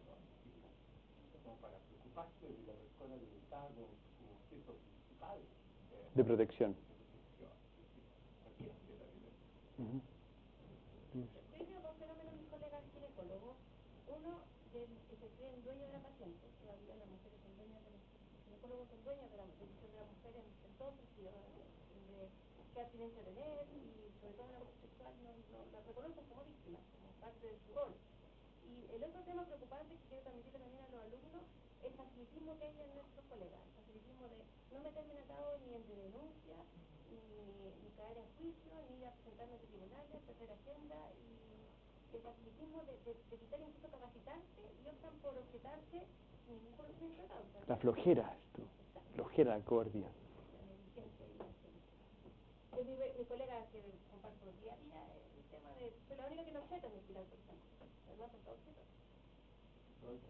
Entonces la gana. De todo nivel, Entonces volvemos a lo que se dijo al principio de la presentación, que es una sociedad especial, que finalmente frente a cualquier tipo de situación que sea compleja, difícil o molesta de algún modo, la indiferencia es la forma más fácil para las personas de hacer. O sea, es lo que se planteó al principio, una sociedad especial. En nuestro caso, como futuros doctores, más dramática esta indiferencia porque conlleva peligros innecesarios, por así decirlo. Pero es básicamente eso, yo creo que nos volvemos a lo mismo, que anestesia social. Yo creo que la ideología, la comodidad, la indiferencia anestesian frente a estos hechos y te hacen te hacen optar por esconderlo y te ponen probablemente una discusión ideológica como la del aborto, como por sobre el sufrimiento de una mujer que ha sido víctima de una violación y como te hace entrar como un tema medio político, ¿no? Cuando en realidad lo primero debería ser pensar en la mujer que fue víctima de una violación y pareciera que la mujer que fue víctima de una violación pasa a segundo o tercer plano porque lo importante es un tema como ideológico, ¿no? A mí me parece como medio absurdo, pero pensando en el funcionamiento de las ideologías lo entiendo. Entonces ahí lo que hay que quebrar es el pensamiento ideológico, el prejuicio ideológico que te impide mirar al otro y incluso te posibilita utilizar al otro como un medio para poder afirmar tu ideología. Pero para eso tenemos que tener formación como inicial en pensamiento crítico, porque y eso se da en todas las sociedades como ideologizadas, especialmente cuando la ideologización viene como con tintes religiosos, ¿no? Como medio Estado islámico, donde mi pensamiento y además Y a mí me cuesta también pensar, Fernando, como por qué, por ejemplo, en los ambientes más conservadores en la Iglesia, el tema del aborto es tan ideologizado y no lo puedo entender, como si fuera el único tema que hay, como el último bastión de conservadurismo, pero en verdad no lo logro entender, y probablemente la manera, me acuerdo que había un obispo, me parece que era español, que lo ponía sobre la mesa, como lo que muchos piensan, además, y no lo dicen, es mucho más grave, decía, un aborto que un abuso sexual. Como él lo sinceraba, ¿no? Cosa que muchos piensan en la Iglesia, pero no se atreven a decirlo, porque hoy día se les va a tirar mucho más encima. Sí. Estamos en el tema, yo creo que el tema de fondo, y ya que estamos últimos meses, con toda esta agenda feminista que absorbió por fin a la función social. Mi lectura hace rato que existente es esa: la mujer como sujeto social sigue siendo cuestionada por el mundo patriarcal. Y el patriarcado lo vamos a tener todas las partes, en las religiones, en las construcciones que estamos en nuestra reflexión. Y el tema es que y lo que funciona también efectivamente han hecho es que, por ejemplo, aquella frase adorado va para Pablo II, la mujer de la Iglesia, cuando en el año 95 saca una encíclica y coloca el aborto y la anticoncepción en la misma categoría, dos males distintos, pero males al mismo. Curiosamente, por la misma ideología del aborto. Y nunca, puedo aceptar que no les gusta el aborto, pero se lo regalo. Pero no puedo tener que no acepten la posibilidad de que una persona, pudiendo prevenir un llamado para hacerlo planeado, tenga que, no puede usar anticoncepción, tenga que recurrir a un aborto entre comillas criminal, con una medida extrema.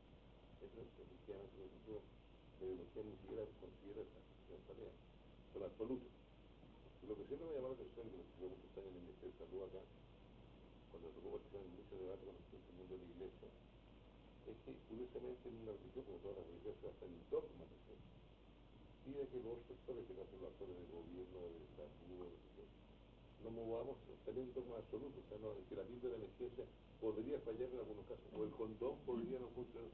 Oye, pero si usar o no usar, mejor usar, aceptando que probablemente a lo mejor en algunos casos no va a funcionar, pero no, si no nos aseguran que no, o si no nos aseguran, y Fernando, no sé cómo pasé parte de años atrás, si no nos aseguran que la píldora no impide que el huevo fecundado se implante en los productos, por lo cual efectivamente una vez más dejaron de proteger mucho tiempo a mujeres que podrían hacer.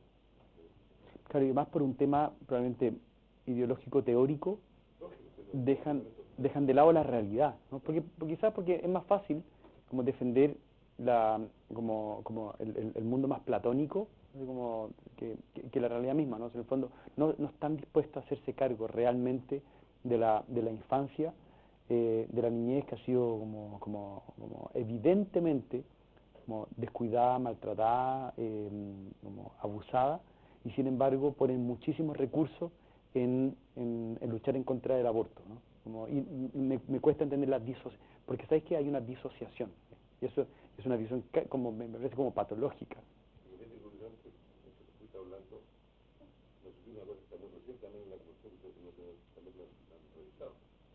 Esta pseudo polémica que se arma en torno a que la defensora de los derechos de los niños habla que ella no se hace cargo de los niños no nacidos, que es por supuesto el objetivo y relación que nuestro infable parlamento aprobó mayoritariamente en la.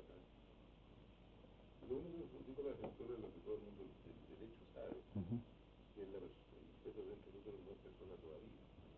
O sea, pasa a ser persona como dice un código civil en su país, de momento que no.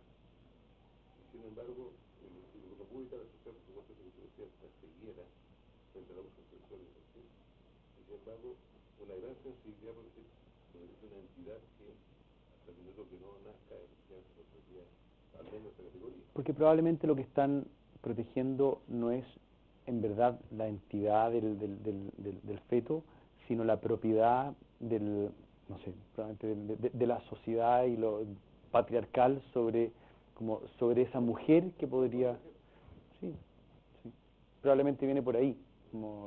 Fuera de eso no logro comprenderlo, porque estoy metido también todo el tiempo en esa discusión y me cuesta comprenderlo de verdad. Si no es a partir de una disociación, ¿no?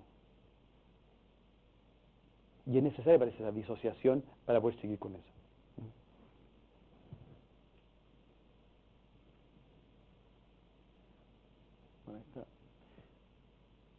había pensado en hablar sobre el silenciamiento. Me gusta hablar, en vez de silencio en el abuso sexual, sobre todo el abuso sexual infantil, más que de silencio, de silenciamiento, ¿no? Porque es el contexto, es el agresor o la agresora, es el miedo y también la memoria traumática la que silencia. Entonces me voy a saltar bastantes diapositivas y me gustaría, bueno, lo he ido categorizando en estos puntos, lo que va silenciando a las víctimas, ¿no? El miedo a que no te crean, a todo lo adverso que hay probablemente en un juicio ante el abuso, la culpa, ¿no? La vergüenza, la lealtad tanto de la víctima como del contexto al agresor o a la familia o a la institución, la protección incluso de parte a veces de las víctimas ante su familia. En muchos casos me pasa que las víctimas me dicen que ellos no quieren que su familia, quieren proteger a sus papás del sufrimiento que les va a provocar que sepa que hayan sido víctimas, ¿no? Las amenazas incluso directas de trama disociativa. Y me quería quedar en esto que he estado últimamente como sobre todo por esta ley que se está peleando hoy día en el Congreso de la imprescriptibilidad del abuso sexual infantil, que es por varios motivos, pero sobre todo porque porque las víctimas de abuso sexual infantil se demoran mucho tiempo incluso en darse cuenta que fueron víctimas. Pero ¿cómo puede ser que como se demoraron mucho tiempo en darse cuenta? Y leí la teoría mucho después de haberlo como vivido acompañando a una persona que fue víctima. Incluso en el caso que a mí me tocó vivir como víctima de un cura, en el que me costó mucho tiempo ponerle nombre a una situación que yo había como borrado, ¿no? como en mi memoria, como con una goma de borrar. Yo traté de borrarla, en verdad más que borrarla, poner liquid paper, ¿no? Porque igual se ve un poquitito, ¿no? Y lo que le pasa a las víctimas, en lo que pasó sobre todo a esta chica que nos ha tocado acompañar, es que una persona en general vive más o menos integrada y a partir de un evento traumático, como un mecanismo de defensa, en que el cerebro ya hay una serie de probablemente ustedes me podrían ayudar mucho más que yo, pero una serie de razones incluso bioquímicas en que pareciera que el sistema no va a aguantar ese nivel de estrés, de cortisona o adrenalina, que desconecta el cerebro límbico, desconecta la parte del cerebro de la neocorteza, se llama la corteza, y como que borrara la conciencia de ese momento, ¿no? Yo me acuerdo de esta chica que fue víctima durante un año, a los 10 años, de violación por un profesor de violín, y después de eso, como en su familia decían, hubo un cambio absoluto en ella, como que se transformó en un zombie, ¿no? Y ella no sabía lo que como le preguntaban qué es lo que, y ella no sabía lo que le había pasado. Entró en una amnesia, ¿no? Y hubo como se desconectó el mecanismo emocional y la memoria, ¿no? Se desconectó, entonces por un lado fue su memoria cognitiva y por otro lado, totalmente distinto, iba su memoria afectiva o su memoria emocional. Su cuerpo recordaba algo que su cabeza no era capaz de recordar, no le ponía el nombre, entonces estaba totalmente disociada. Algunos que dicen como hay una personalidad múltiple. Me acuerdo que leí no hace mucho un libro de un pianista inglés que se llama James Rhodes. El libro se llama Instrumental, es precioso el libro, como se lo recomiendo así vivamente. Además, por cada capítulo recomienda una obra de piano, que en su página web, además uno entra y tiene ahí su pieza. espero traerlo a el pianista el próximo año, ¿no? Como traerlo como junto, no sé con quién, vamos a conseguir traer a James Rhodes. El piano va a ser importante, pero vamos a ver si que logramos traer a que dé un concierto acá, y que hable además de cómo él, porque fue víctima de violación cuando era chico, en el colegio en Londres, por el profesor de box. Y él cuenta, él dice, como yo conté 11 personalidades, él dice que tiene 11 personalidades, además muy divertido él para hablar, ¿no? A pesar de lo dramático de lo que habla, es muy simpático. Pero cuenta cómo él vivió esta disociación múltiple, ¿no? Durante mucho tiempo, y las cosas que bueno, como la memoria afectiva va intentando tirar como cablecito a la memoria emocional, pero no la chunta. Y lo que hace la conciencia para poder hacerlo, en general, como empieza a vivir una relación con el cuerpo muy muy compleja, ¿no? Entonces hay varias cosas. Uno, la angustia y depresiones sin objeto, ¿no? Pareciera que son típicas. Y otra cosa que le va pasando es el desorden alimenticio, como la anorexia y la bulimia es casi una ley en eso que les está pasando. Además que no entienden, ellos mismos no saben por qué, algunos intuyen, pero les da mucho miedo verlo, ¿no? Entonces, el hecho también de cortarse, ¿no? ¿Se han visto como gente que se automutila o se hace corte, se autoagrede? Porque así empiezan a callar ese dolor afectivo sin nombre, pero al mismo tiempo empiezan a sentir, porque la disociación les hace no sentir nada, incluso como dejan de sentir hasta dolor, ¿no? Entonces, empezar a agredirse los ayuda a tener una conexión con el cuerpo, ¿no? Entonces, en su vida cotidiana viven como un zombie. Me acuerdo que esta niña incluso fue como con estos intentos de suicidio, además además sin objeto. O sea, ¿por qué están viviendo eso? Porque además su cuerpo necesitó, para poder seguir viviendo, borrar esa parte, ¿no? Esa parte de su memoria. Y en eso, esta chica le pasó acá, que además fue internada en un hospital psiquiátrico, y de pronto empezó a tener, que es lo típico, flashbacks, ¿no? Como un pequeño recuerdo invasivo que se le cuela en su consciente, y dice y ella va y se lo cuenta a su psiquiatra, y además que era un psiquiatra que era como presidente de la Asociación de Psiquiatría en Chile, no sé o una de estas asociaciones, no sé cuál es, y el psiquiatra lo que le dijo, porque en esa época además estaba bien de moda esto de los falsos recuerdos, ¿no? Como la memoria falsa, no recuerdo cómo le llaman, que incluso le pusieron síndrome, ¿no? Después hoy día ya no existe, por cierto, pero durante una época, como en la medicina o en la salud, era tan amenazante esto que, acuérdense que el mismo Freud como quiso borrarlo, el tema del abuso, y le puso el nombre de síndrome de Edipo, como si la fantasía fuera el niño de tener relaciones sexuales con los adultos más que una relación abusiva. Dijo que esto era una falsa memoria, incluso le explicó que él cuando era chico también tenía falsa memoria, y ahí por suerte la psicóloga dijo, ¿saben qué? Busquemos en otro lado, sigamos buscando.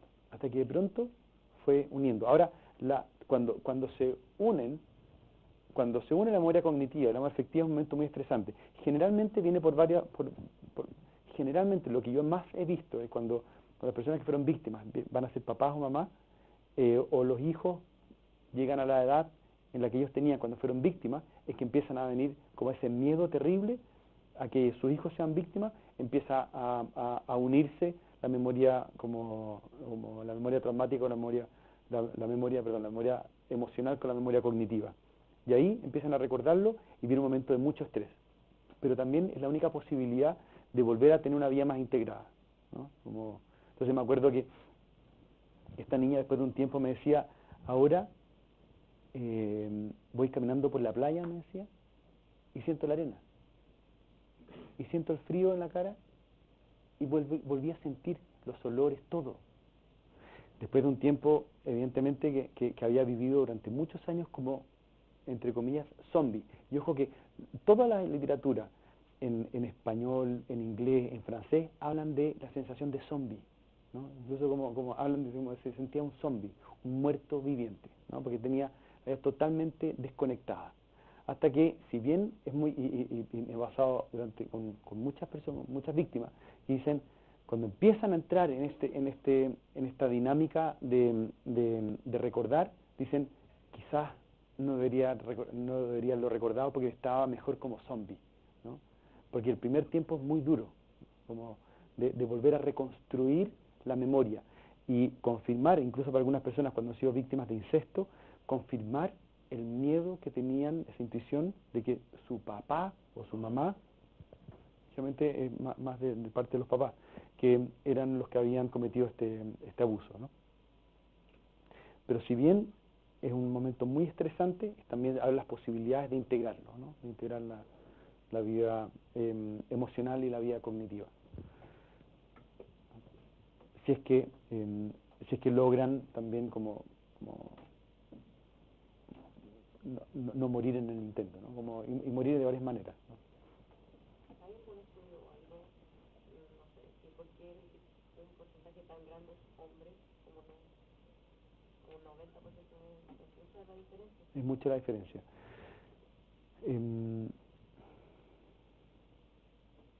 La verdad es que todos los estudios que he leído dan solamente el dato, ¿no? el porcentaje, la explicación de por qué. Ahora, de víctimas, que la mayoría sean mujeres, es más discutible, ¿no? Incluso hay algunos que dicen que podrían ser más víctimas los hombres, pero les cuesta mucho más decir que fueron víctimas, ¿no? Porque la virilidad en ese sentido es más frágil, ¿no? Como un hombre que fue víctima como que dejara de ser hombre, ¿no? Como eso, un prejuicio. Pero ¿por qué los hombres son más? Mira, quizás a ustedes se les puede ocurrir más explicaciones, ¿no? Pero el hecho de que digan que los hombres somos más animales y las mujeres más, no me convence, ¿no? Como esa explicación así de básica no me convence. Estaba hablando de una conversación con un personaje seminarista en un momento que se retiró por un conflicto con la formación. Él tiene un punto de vista particular de la pedofilia. ¿Sabes por qué dentro del mundo religioso? Los quieren abusar más de niños y no buscar una mujer. Porque tanto el desprecio por los femeninos, y no es más fácil la parte sexual hacerlo con un niño que no lo va a cuestionar, que no lo va a decidir. Y por supuesto, puso todo el daño que puede hacer. Una mujer para un cura es más amenazante que un niño, porque le va a cuestionar su vocación. Una mujer, ¿no? Pero en cambio un niño no le cuestiona su vocación, es parte de un pecado, ¿no? Por eso para mí fue muy importante conversarlo con el Papa y decirle, ¿saben qué? Ustedes no pueden seguir llamándole pecado al abuso sexual infantil, esto no es un pecado. No puede, ¿y por qué no es un pecado? Porque no puede entrar en la dinámica del pecado, arrepentimiento, perdón y salvación. Esa dinámica es perversa, ¿no? Porque si ustedes piensan que como un pecado, arrepentimiento, perdón y salvación, eso como que dignifica el pecado. Y al dignificar el pecado, ustedes están utilizando a las víctimas como un instrumento de salvación de un abusador. Entonces por eso, y a mí me sorprendió, el Papa me dijo, es que no es un pecado, es corrupción, me dijo. Y la corrupción, lo que entendí yo, según lo que decía él, me pareció interesante, eso, como destruye incluso el piso común en el que estamos, para el perdón. Entonces, como no tiene perdón. Porque si tuviera perdón, tendría la posibilidad de la redención y por lo tanto la valorización o la valoración del pecado. Donde abundó la gracia, o sea, donde abundó el pecado, decía antiguamente, sobreabundó la gracia, ¿no? Por lo tanto, el pecado tiene algo de valioso, de bueno. Claro, el pecado de no sé, comer carne cuando está prohibido, ahí yo lo entiendo, no tengo idea, pero el abuso sexual infantil no me cabe. Eso le lleva una expresión que dice nuestro rector, Carlos Peña, con todas las partes que pudo usar. Escribió el 14 de enero de este año, una carta previa a la llegada al Papa. Pregunta, como se pronuncia en la Biblia, ¿cómo una institución que se ha mostrado incapaz de sujetar la conducta de alguno de sus miembros pretende, no obstante, guiar la conducta de los ciudadanos y aspira a modelar la ley? Pues no puede regularse internamente lo que es dicho que debe regular. Y lo que hemos trabajado este tema de la salud reducida, como llamamos muy lo nuestro, y Fernando conversando con ginecólogo local o con la otra colega, Silvana o Gabriela, de que efectivamente nosotros trabajamos en reconstrucción todos los daños que se han infligido a las mujeres para el reto institucional y demostrado, ¿no? De todo lo que fue la protección. Y ahora, por supuesto, el tema puntualmente de protección de mujeres de la cámara. Entonces, es curioso. A mí la preocupación que tengo, y que incluso tenía que conversarlo con el Papa allá en la Vaticana directamente, es cómo diablos reconstruye la Iglesia algún espacio de influencia en los demás. Si no está como yo que en Chile, no sé, por dónde puede tener alguna estructura que vuelva a darle cierta credibilidad. Cuesta verla, por lo menos, ¿no? Se le acabó la cuenta corriente de la credibilidad, la que habían profundizado probablemente durante la dictadura de lucha contra la violación de los derechos humanos, se le acabó ya En relación a por qué hay más agresores hombres que mujeres sexuales, habría que hacerse la pregunta si las agresiones intelectuales, psicológicas, que hay que batallar o no. Buena pregunta. Porque yo entiendo la sexualidad está muy mediada por los andrógenos, y los andrógenos niños que son los biológicamente activos, mucho más altos en hombres que mujeres, y mucho más altos de noche, más relaciones de noche que de día. Así que uno entendería por qué la agresión sexual está más en hombres que mujeres. Ahora, ¿por qué la agresión a niños ya es patología? Es una enfermedad. Pero ¿por qué es sexual más en hombres que mujeres? Yo creo que está dado porque hay más nivel androgénico en hombres activos en hombres que mujeres. Entonces, para probar que eso fuera cierto, había que ver si la agresión intelectual es una necesariamente fue mediada por la eso es equiparada o no. Sería muy bonito saberlo, porque entonces uno podría investigarlo desde la perspectiva moral. Yo creo que hay poca investigación en porcentaje de agresoras y agresoras emocionales, ¿no? Como acoso emocional. Lo otro, el doctor Barudi, Jorge Barudi, neuropsiquiatra infantil chileno que vive hace muchos años entre Bélgica y España, en uno de sus libros sobre buen trato y maltrato, él parte con una fundamentación desde cómo hay, no sé, ustedes saben más, a mí me da vergüenza hablar de hormonas y cosas así, porque ustedes saben mucho más que yo, pero parece que hay como la hormona del cuidado que viene durante mucho tiempo, como pareciera que desarrollándose más en las mujeres que en los hombres, como por la oxitocina o alguna de estas cosas. Puede ser, a mí no me convencen esas cosas biologicistas, ¿no? Pero puede que se den como en el cuidado. Puede que sí. Ahora bien, también lo otro que me he dado cuenta que lo patológico, Fernando, como el abuso sexual infantil no es siempre una patología, ¿no? El abusador sexual no, porque además si fue una patología, me acuerdo que se lo conversaba con una profesora francesa que hizo una historia de la pedofilia, y me decía como a los abusadores sexuales llamarlos pedófilos. El problema de eso es que es como confirmarles su condición, como darles permiso. Es como si tú fueras como daltónico, es que no es que tú decidas no ver los colores, sino que tú ves los colores de esa manera, no puedes decidir. Entonces, como quitarle la responsabilidad. Y hay una investigación que yo vi que se hizo en Estados Unidos sobre, por ejemplo, sacerdotes abusadores, en que se hizo una investigación en los porcentajes de abusadores dentro y fuera de la iglesia. Y esa investigación da más o menos el mismo porcentaje dentro y fuera de la iglesia, un poquitito más en la iglesia, pero sí, la diferencia es que había menos perturbaciones mentales de los abusadores sexuales infantiles dentro de la iglesia que fuera de la iglesia. Es decir, aquellos que abusaban sexualmente de niños en la iglesia tenían menos trastornos mentales y por lo tanto era más el contexto que los llevaba a abusar que un trastorno mental, ¿no?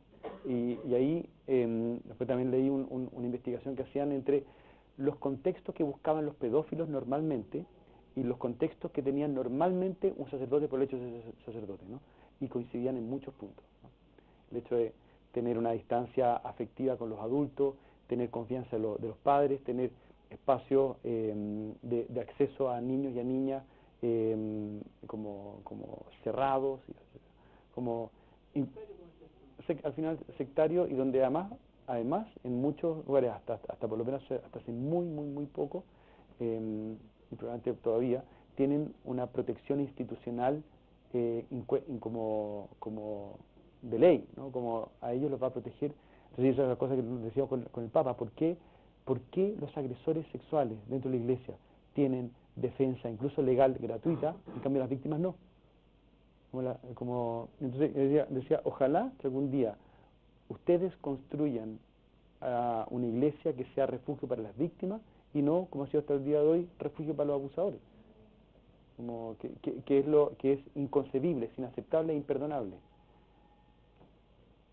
Respondiendo un poco a lo que preguntaba mi compañera, yo creo que el hecho de que los hombres sean mayormente los abusadores y no los abusados, se da por algo que decías tú, que es como algo del contexto que permite que el hombre sea el abusador, ya que el hombre siempre se ocupa los lugares de poder.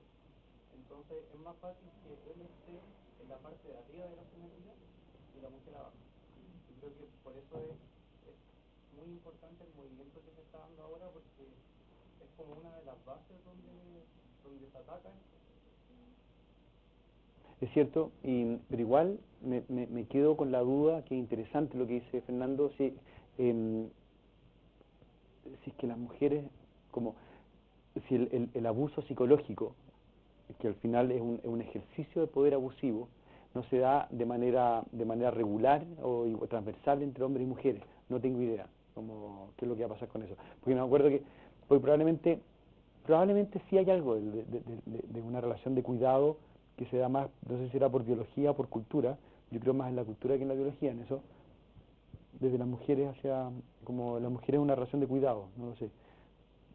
Entonces por eso, por ejemplo, yo le decía al Papa que si quieren combatir el abuso sexual infantil, un poco lo que estás diciendo tú ahora, debieran aceptar a mujeres en cargos de responsabilidad en la Iglesia, porque eso rompe esta especie de como hegemonía, como patriarcal del hombre, y mete conceptos de cuidado, ¿no? Porque la mujer en sí me pareciera como que hay algo de lo femenino.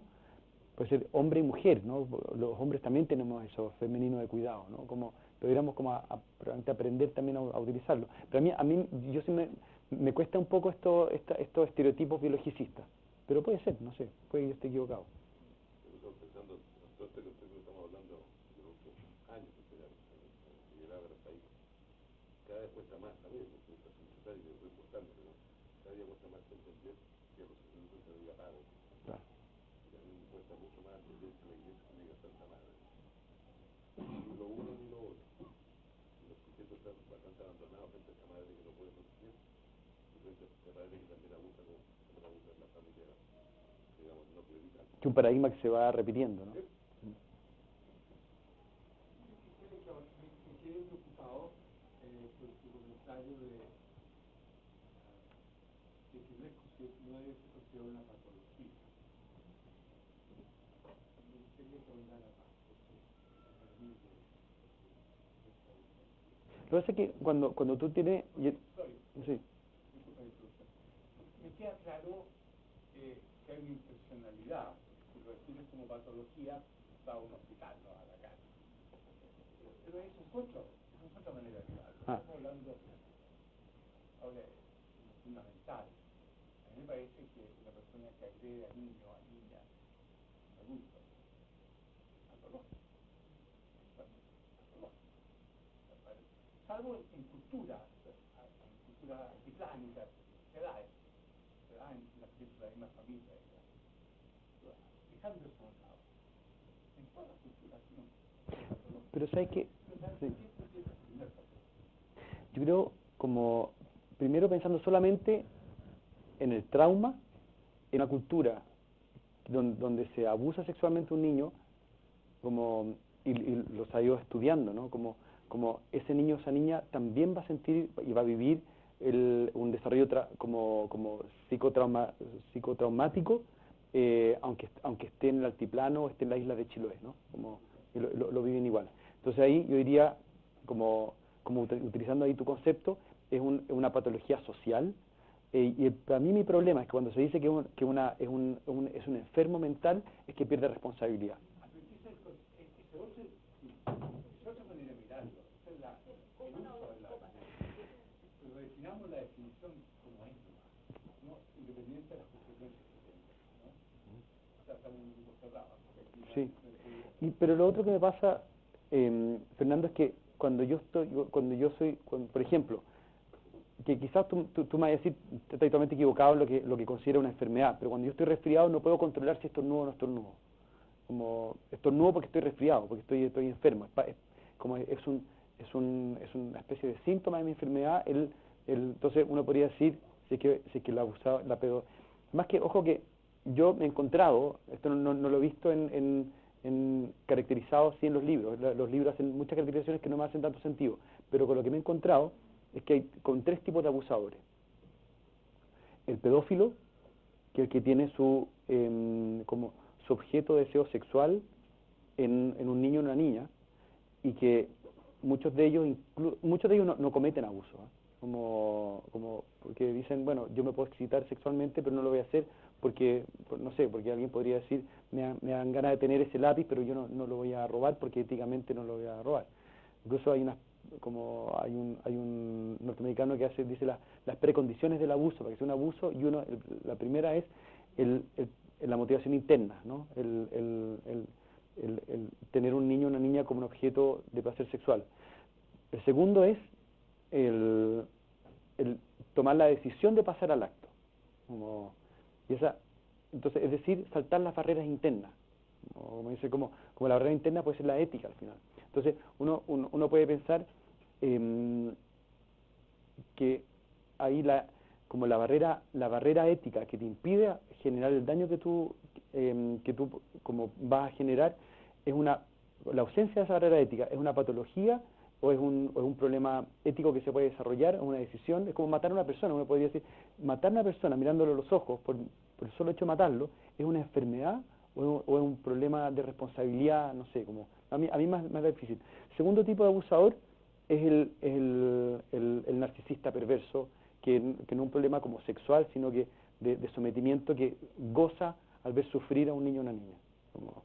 Y el tercero, y hay bastante, y el tercero es el contextual, ¿no? Y eso me acuerdo haberlo conversado con una mujer en Chiloé que me decía que ella había sido víctima de violación de parte de su padre cuando tenía 11 años, y a los 40 años ella fue a enfrentarlo.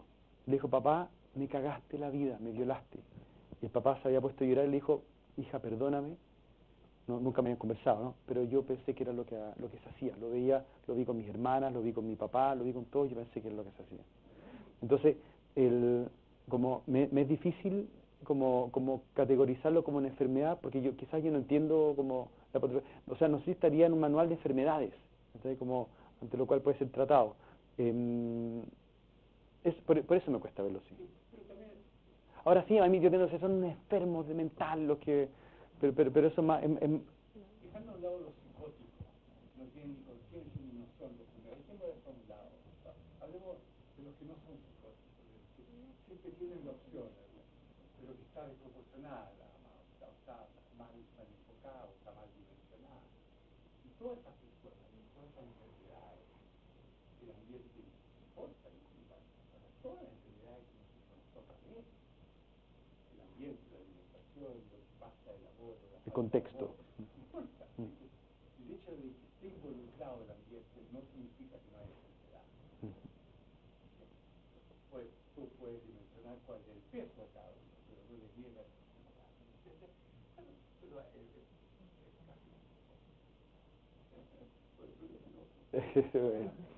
soy un ex filósofo. Yo me acuerdo haberte escuchado y haberlo leído también, de proporción, a lo mejor ha cambiado, de los 3 grupos de probables abusadores que tú nombras, que la proporción mayor son, en el fondo, los que están en esto de ser psicópatas, donde no hay empatía, y solamente hay un abusador perverso, un narcisista perverso que en un contexto que se desarrolle de la manera en que a él le permita usar, va a terminar desarrollando el abuso en sí o perpetrándolo, siendo un pedófilo estricto o no siéndolo. Mira, probablemente lo más importante es que en los 3 perfiles de abusadores necesitan como saltar por sobre las barreras sociales para abusar. Por lo tanto, o el contexto, ¿no? Necesitan un contexto propicio para abusar. Por lo tanto, lo que hay que atacar de nuevo, como dijimos del principio, es el contexto. Porque en un contexto en un contexto sólido, en un contexto ético, en un contexto empático, en un contexto con relaciones como firmes y sanas, un abusador, sea pedófilo o lo que sea, no va a poder entrar. Lo mismo que en la corrupción, lo mismo que en la delincuencia, ¿no? Y ahí generalmente son los contextos como con mayor formación, empatía y donde se puede hablar, ¿no?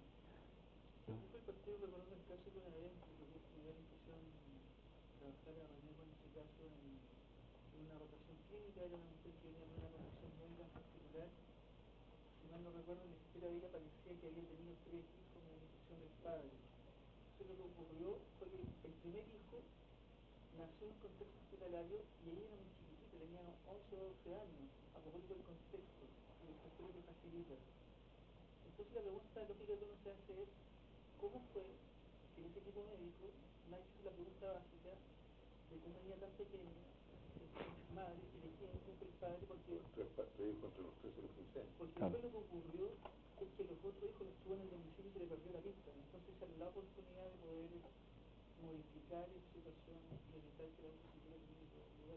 Yo supongo que hoy día, en nuestro contexto nacional, eso sería imposible, ¿no?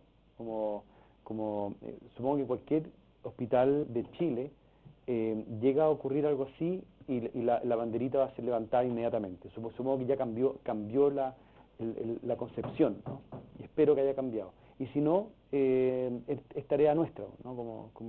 De hacer que cambie y que nosotros podamos ser capaces de entrar en esa crisis y para poder proteger lo primero que tenemos que proteger, ¿no? El interés superior de los niños y las niñas en este caso.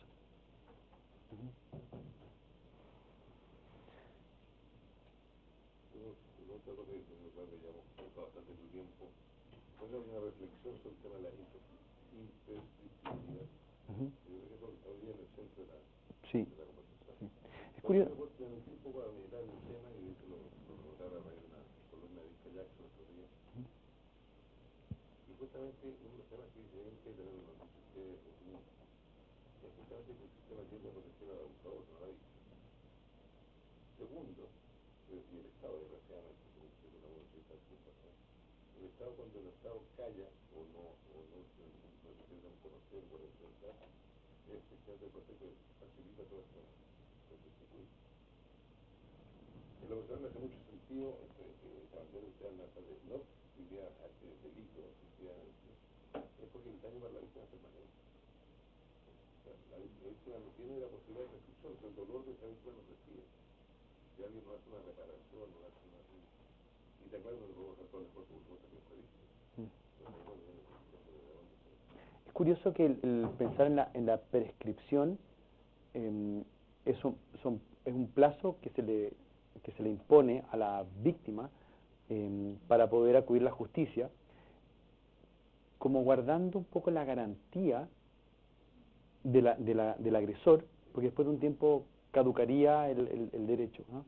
Es muy raro porque se ha establecido como un dogma, ¿no? Como en el fondo, ahora yo estudié Derecho y como las primeras cosas que nos hablaban de la prescripción, decía, y a todos nos parecía, a todos los alumnos de primer año, decía como, esta cuestión es irracional, ¿por qué un delito va a prescribir? Ustedes saben que en Chile, si tú matas a alguien de un balazo, mirándole en la cara, y después pasaron 10 años, nunca nadie te acusó, después al de los 10 años y un día te acusan y no eres responsable.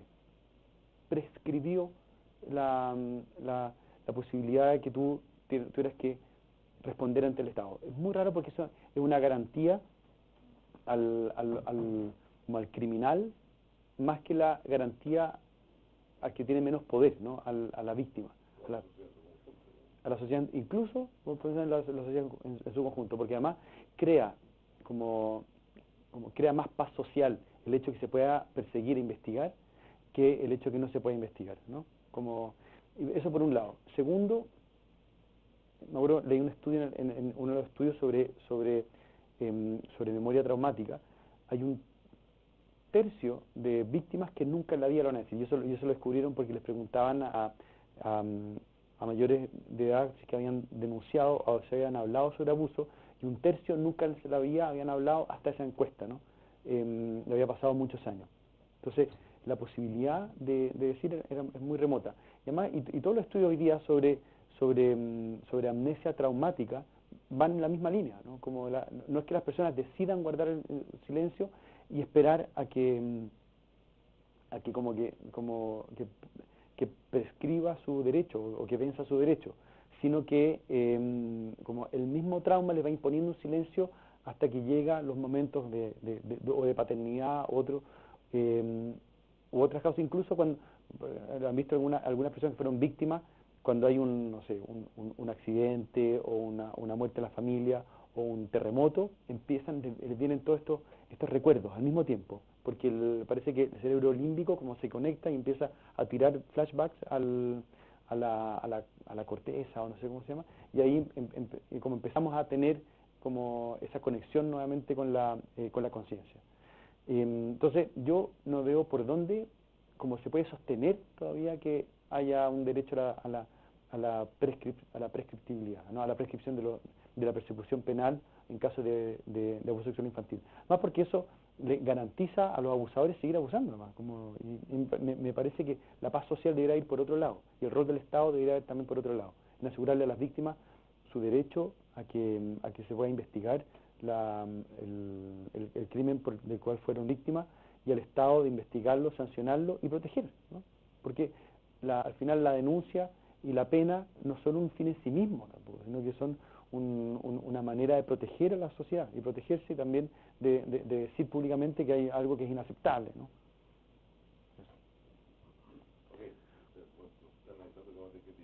Bueno, les agradezco mucho la atención, no sé, la presencia, las preguntas y todo eso como me ayuda muchísimo y me llena además de optimismo, ¿no? Porque veo un grupo tan comprometido que en realidad emociona, así que muchas gracias.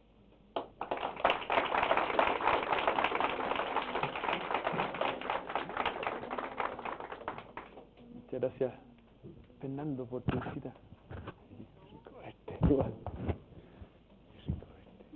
Bien. Bien. Muchas gracias.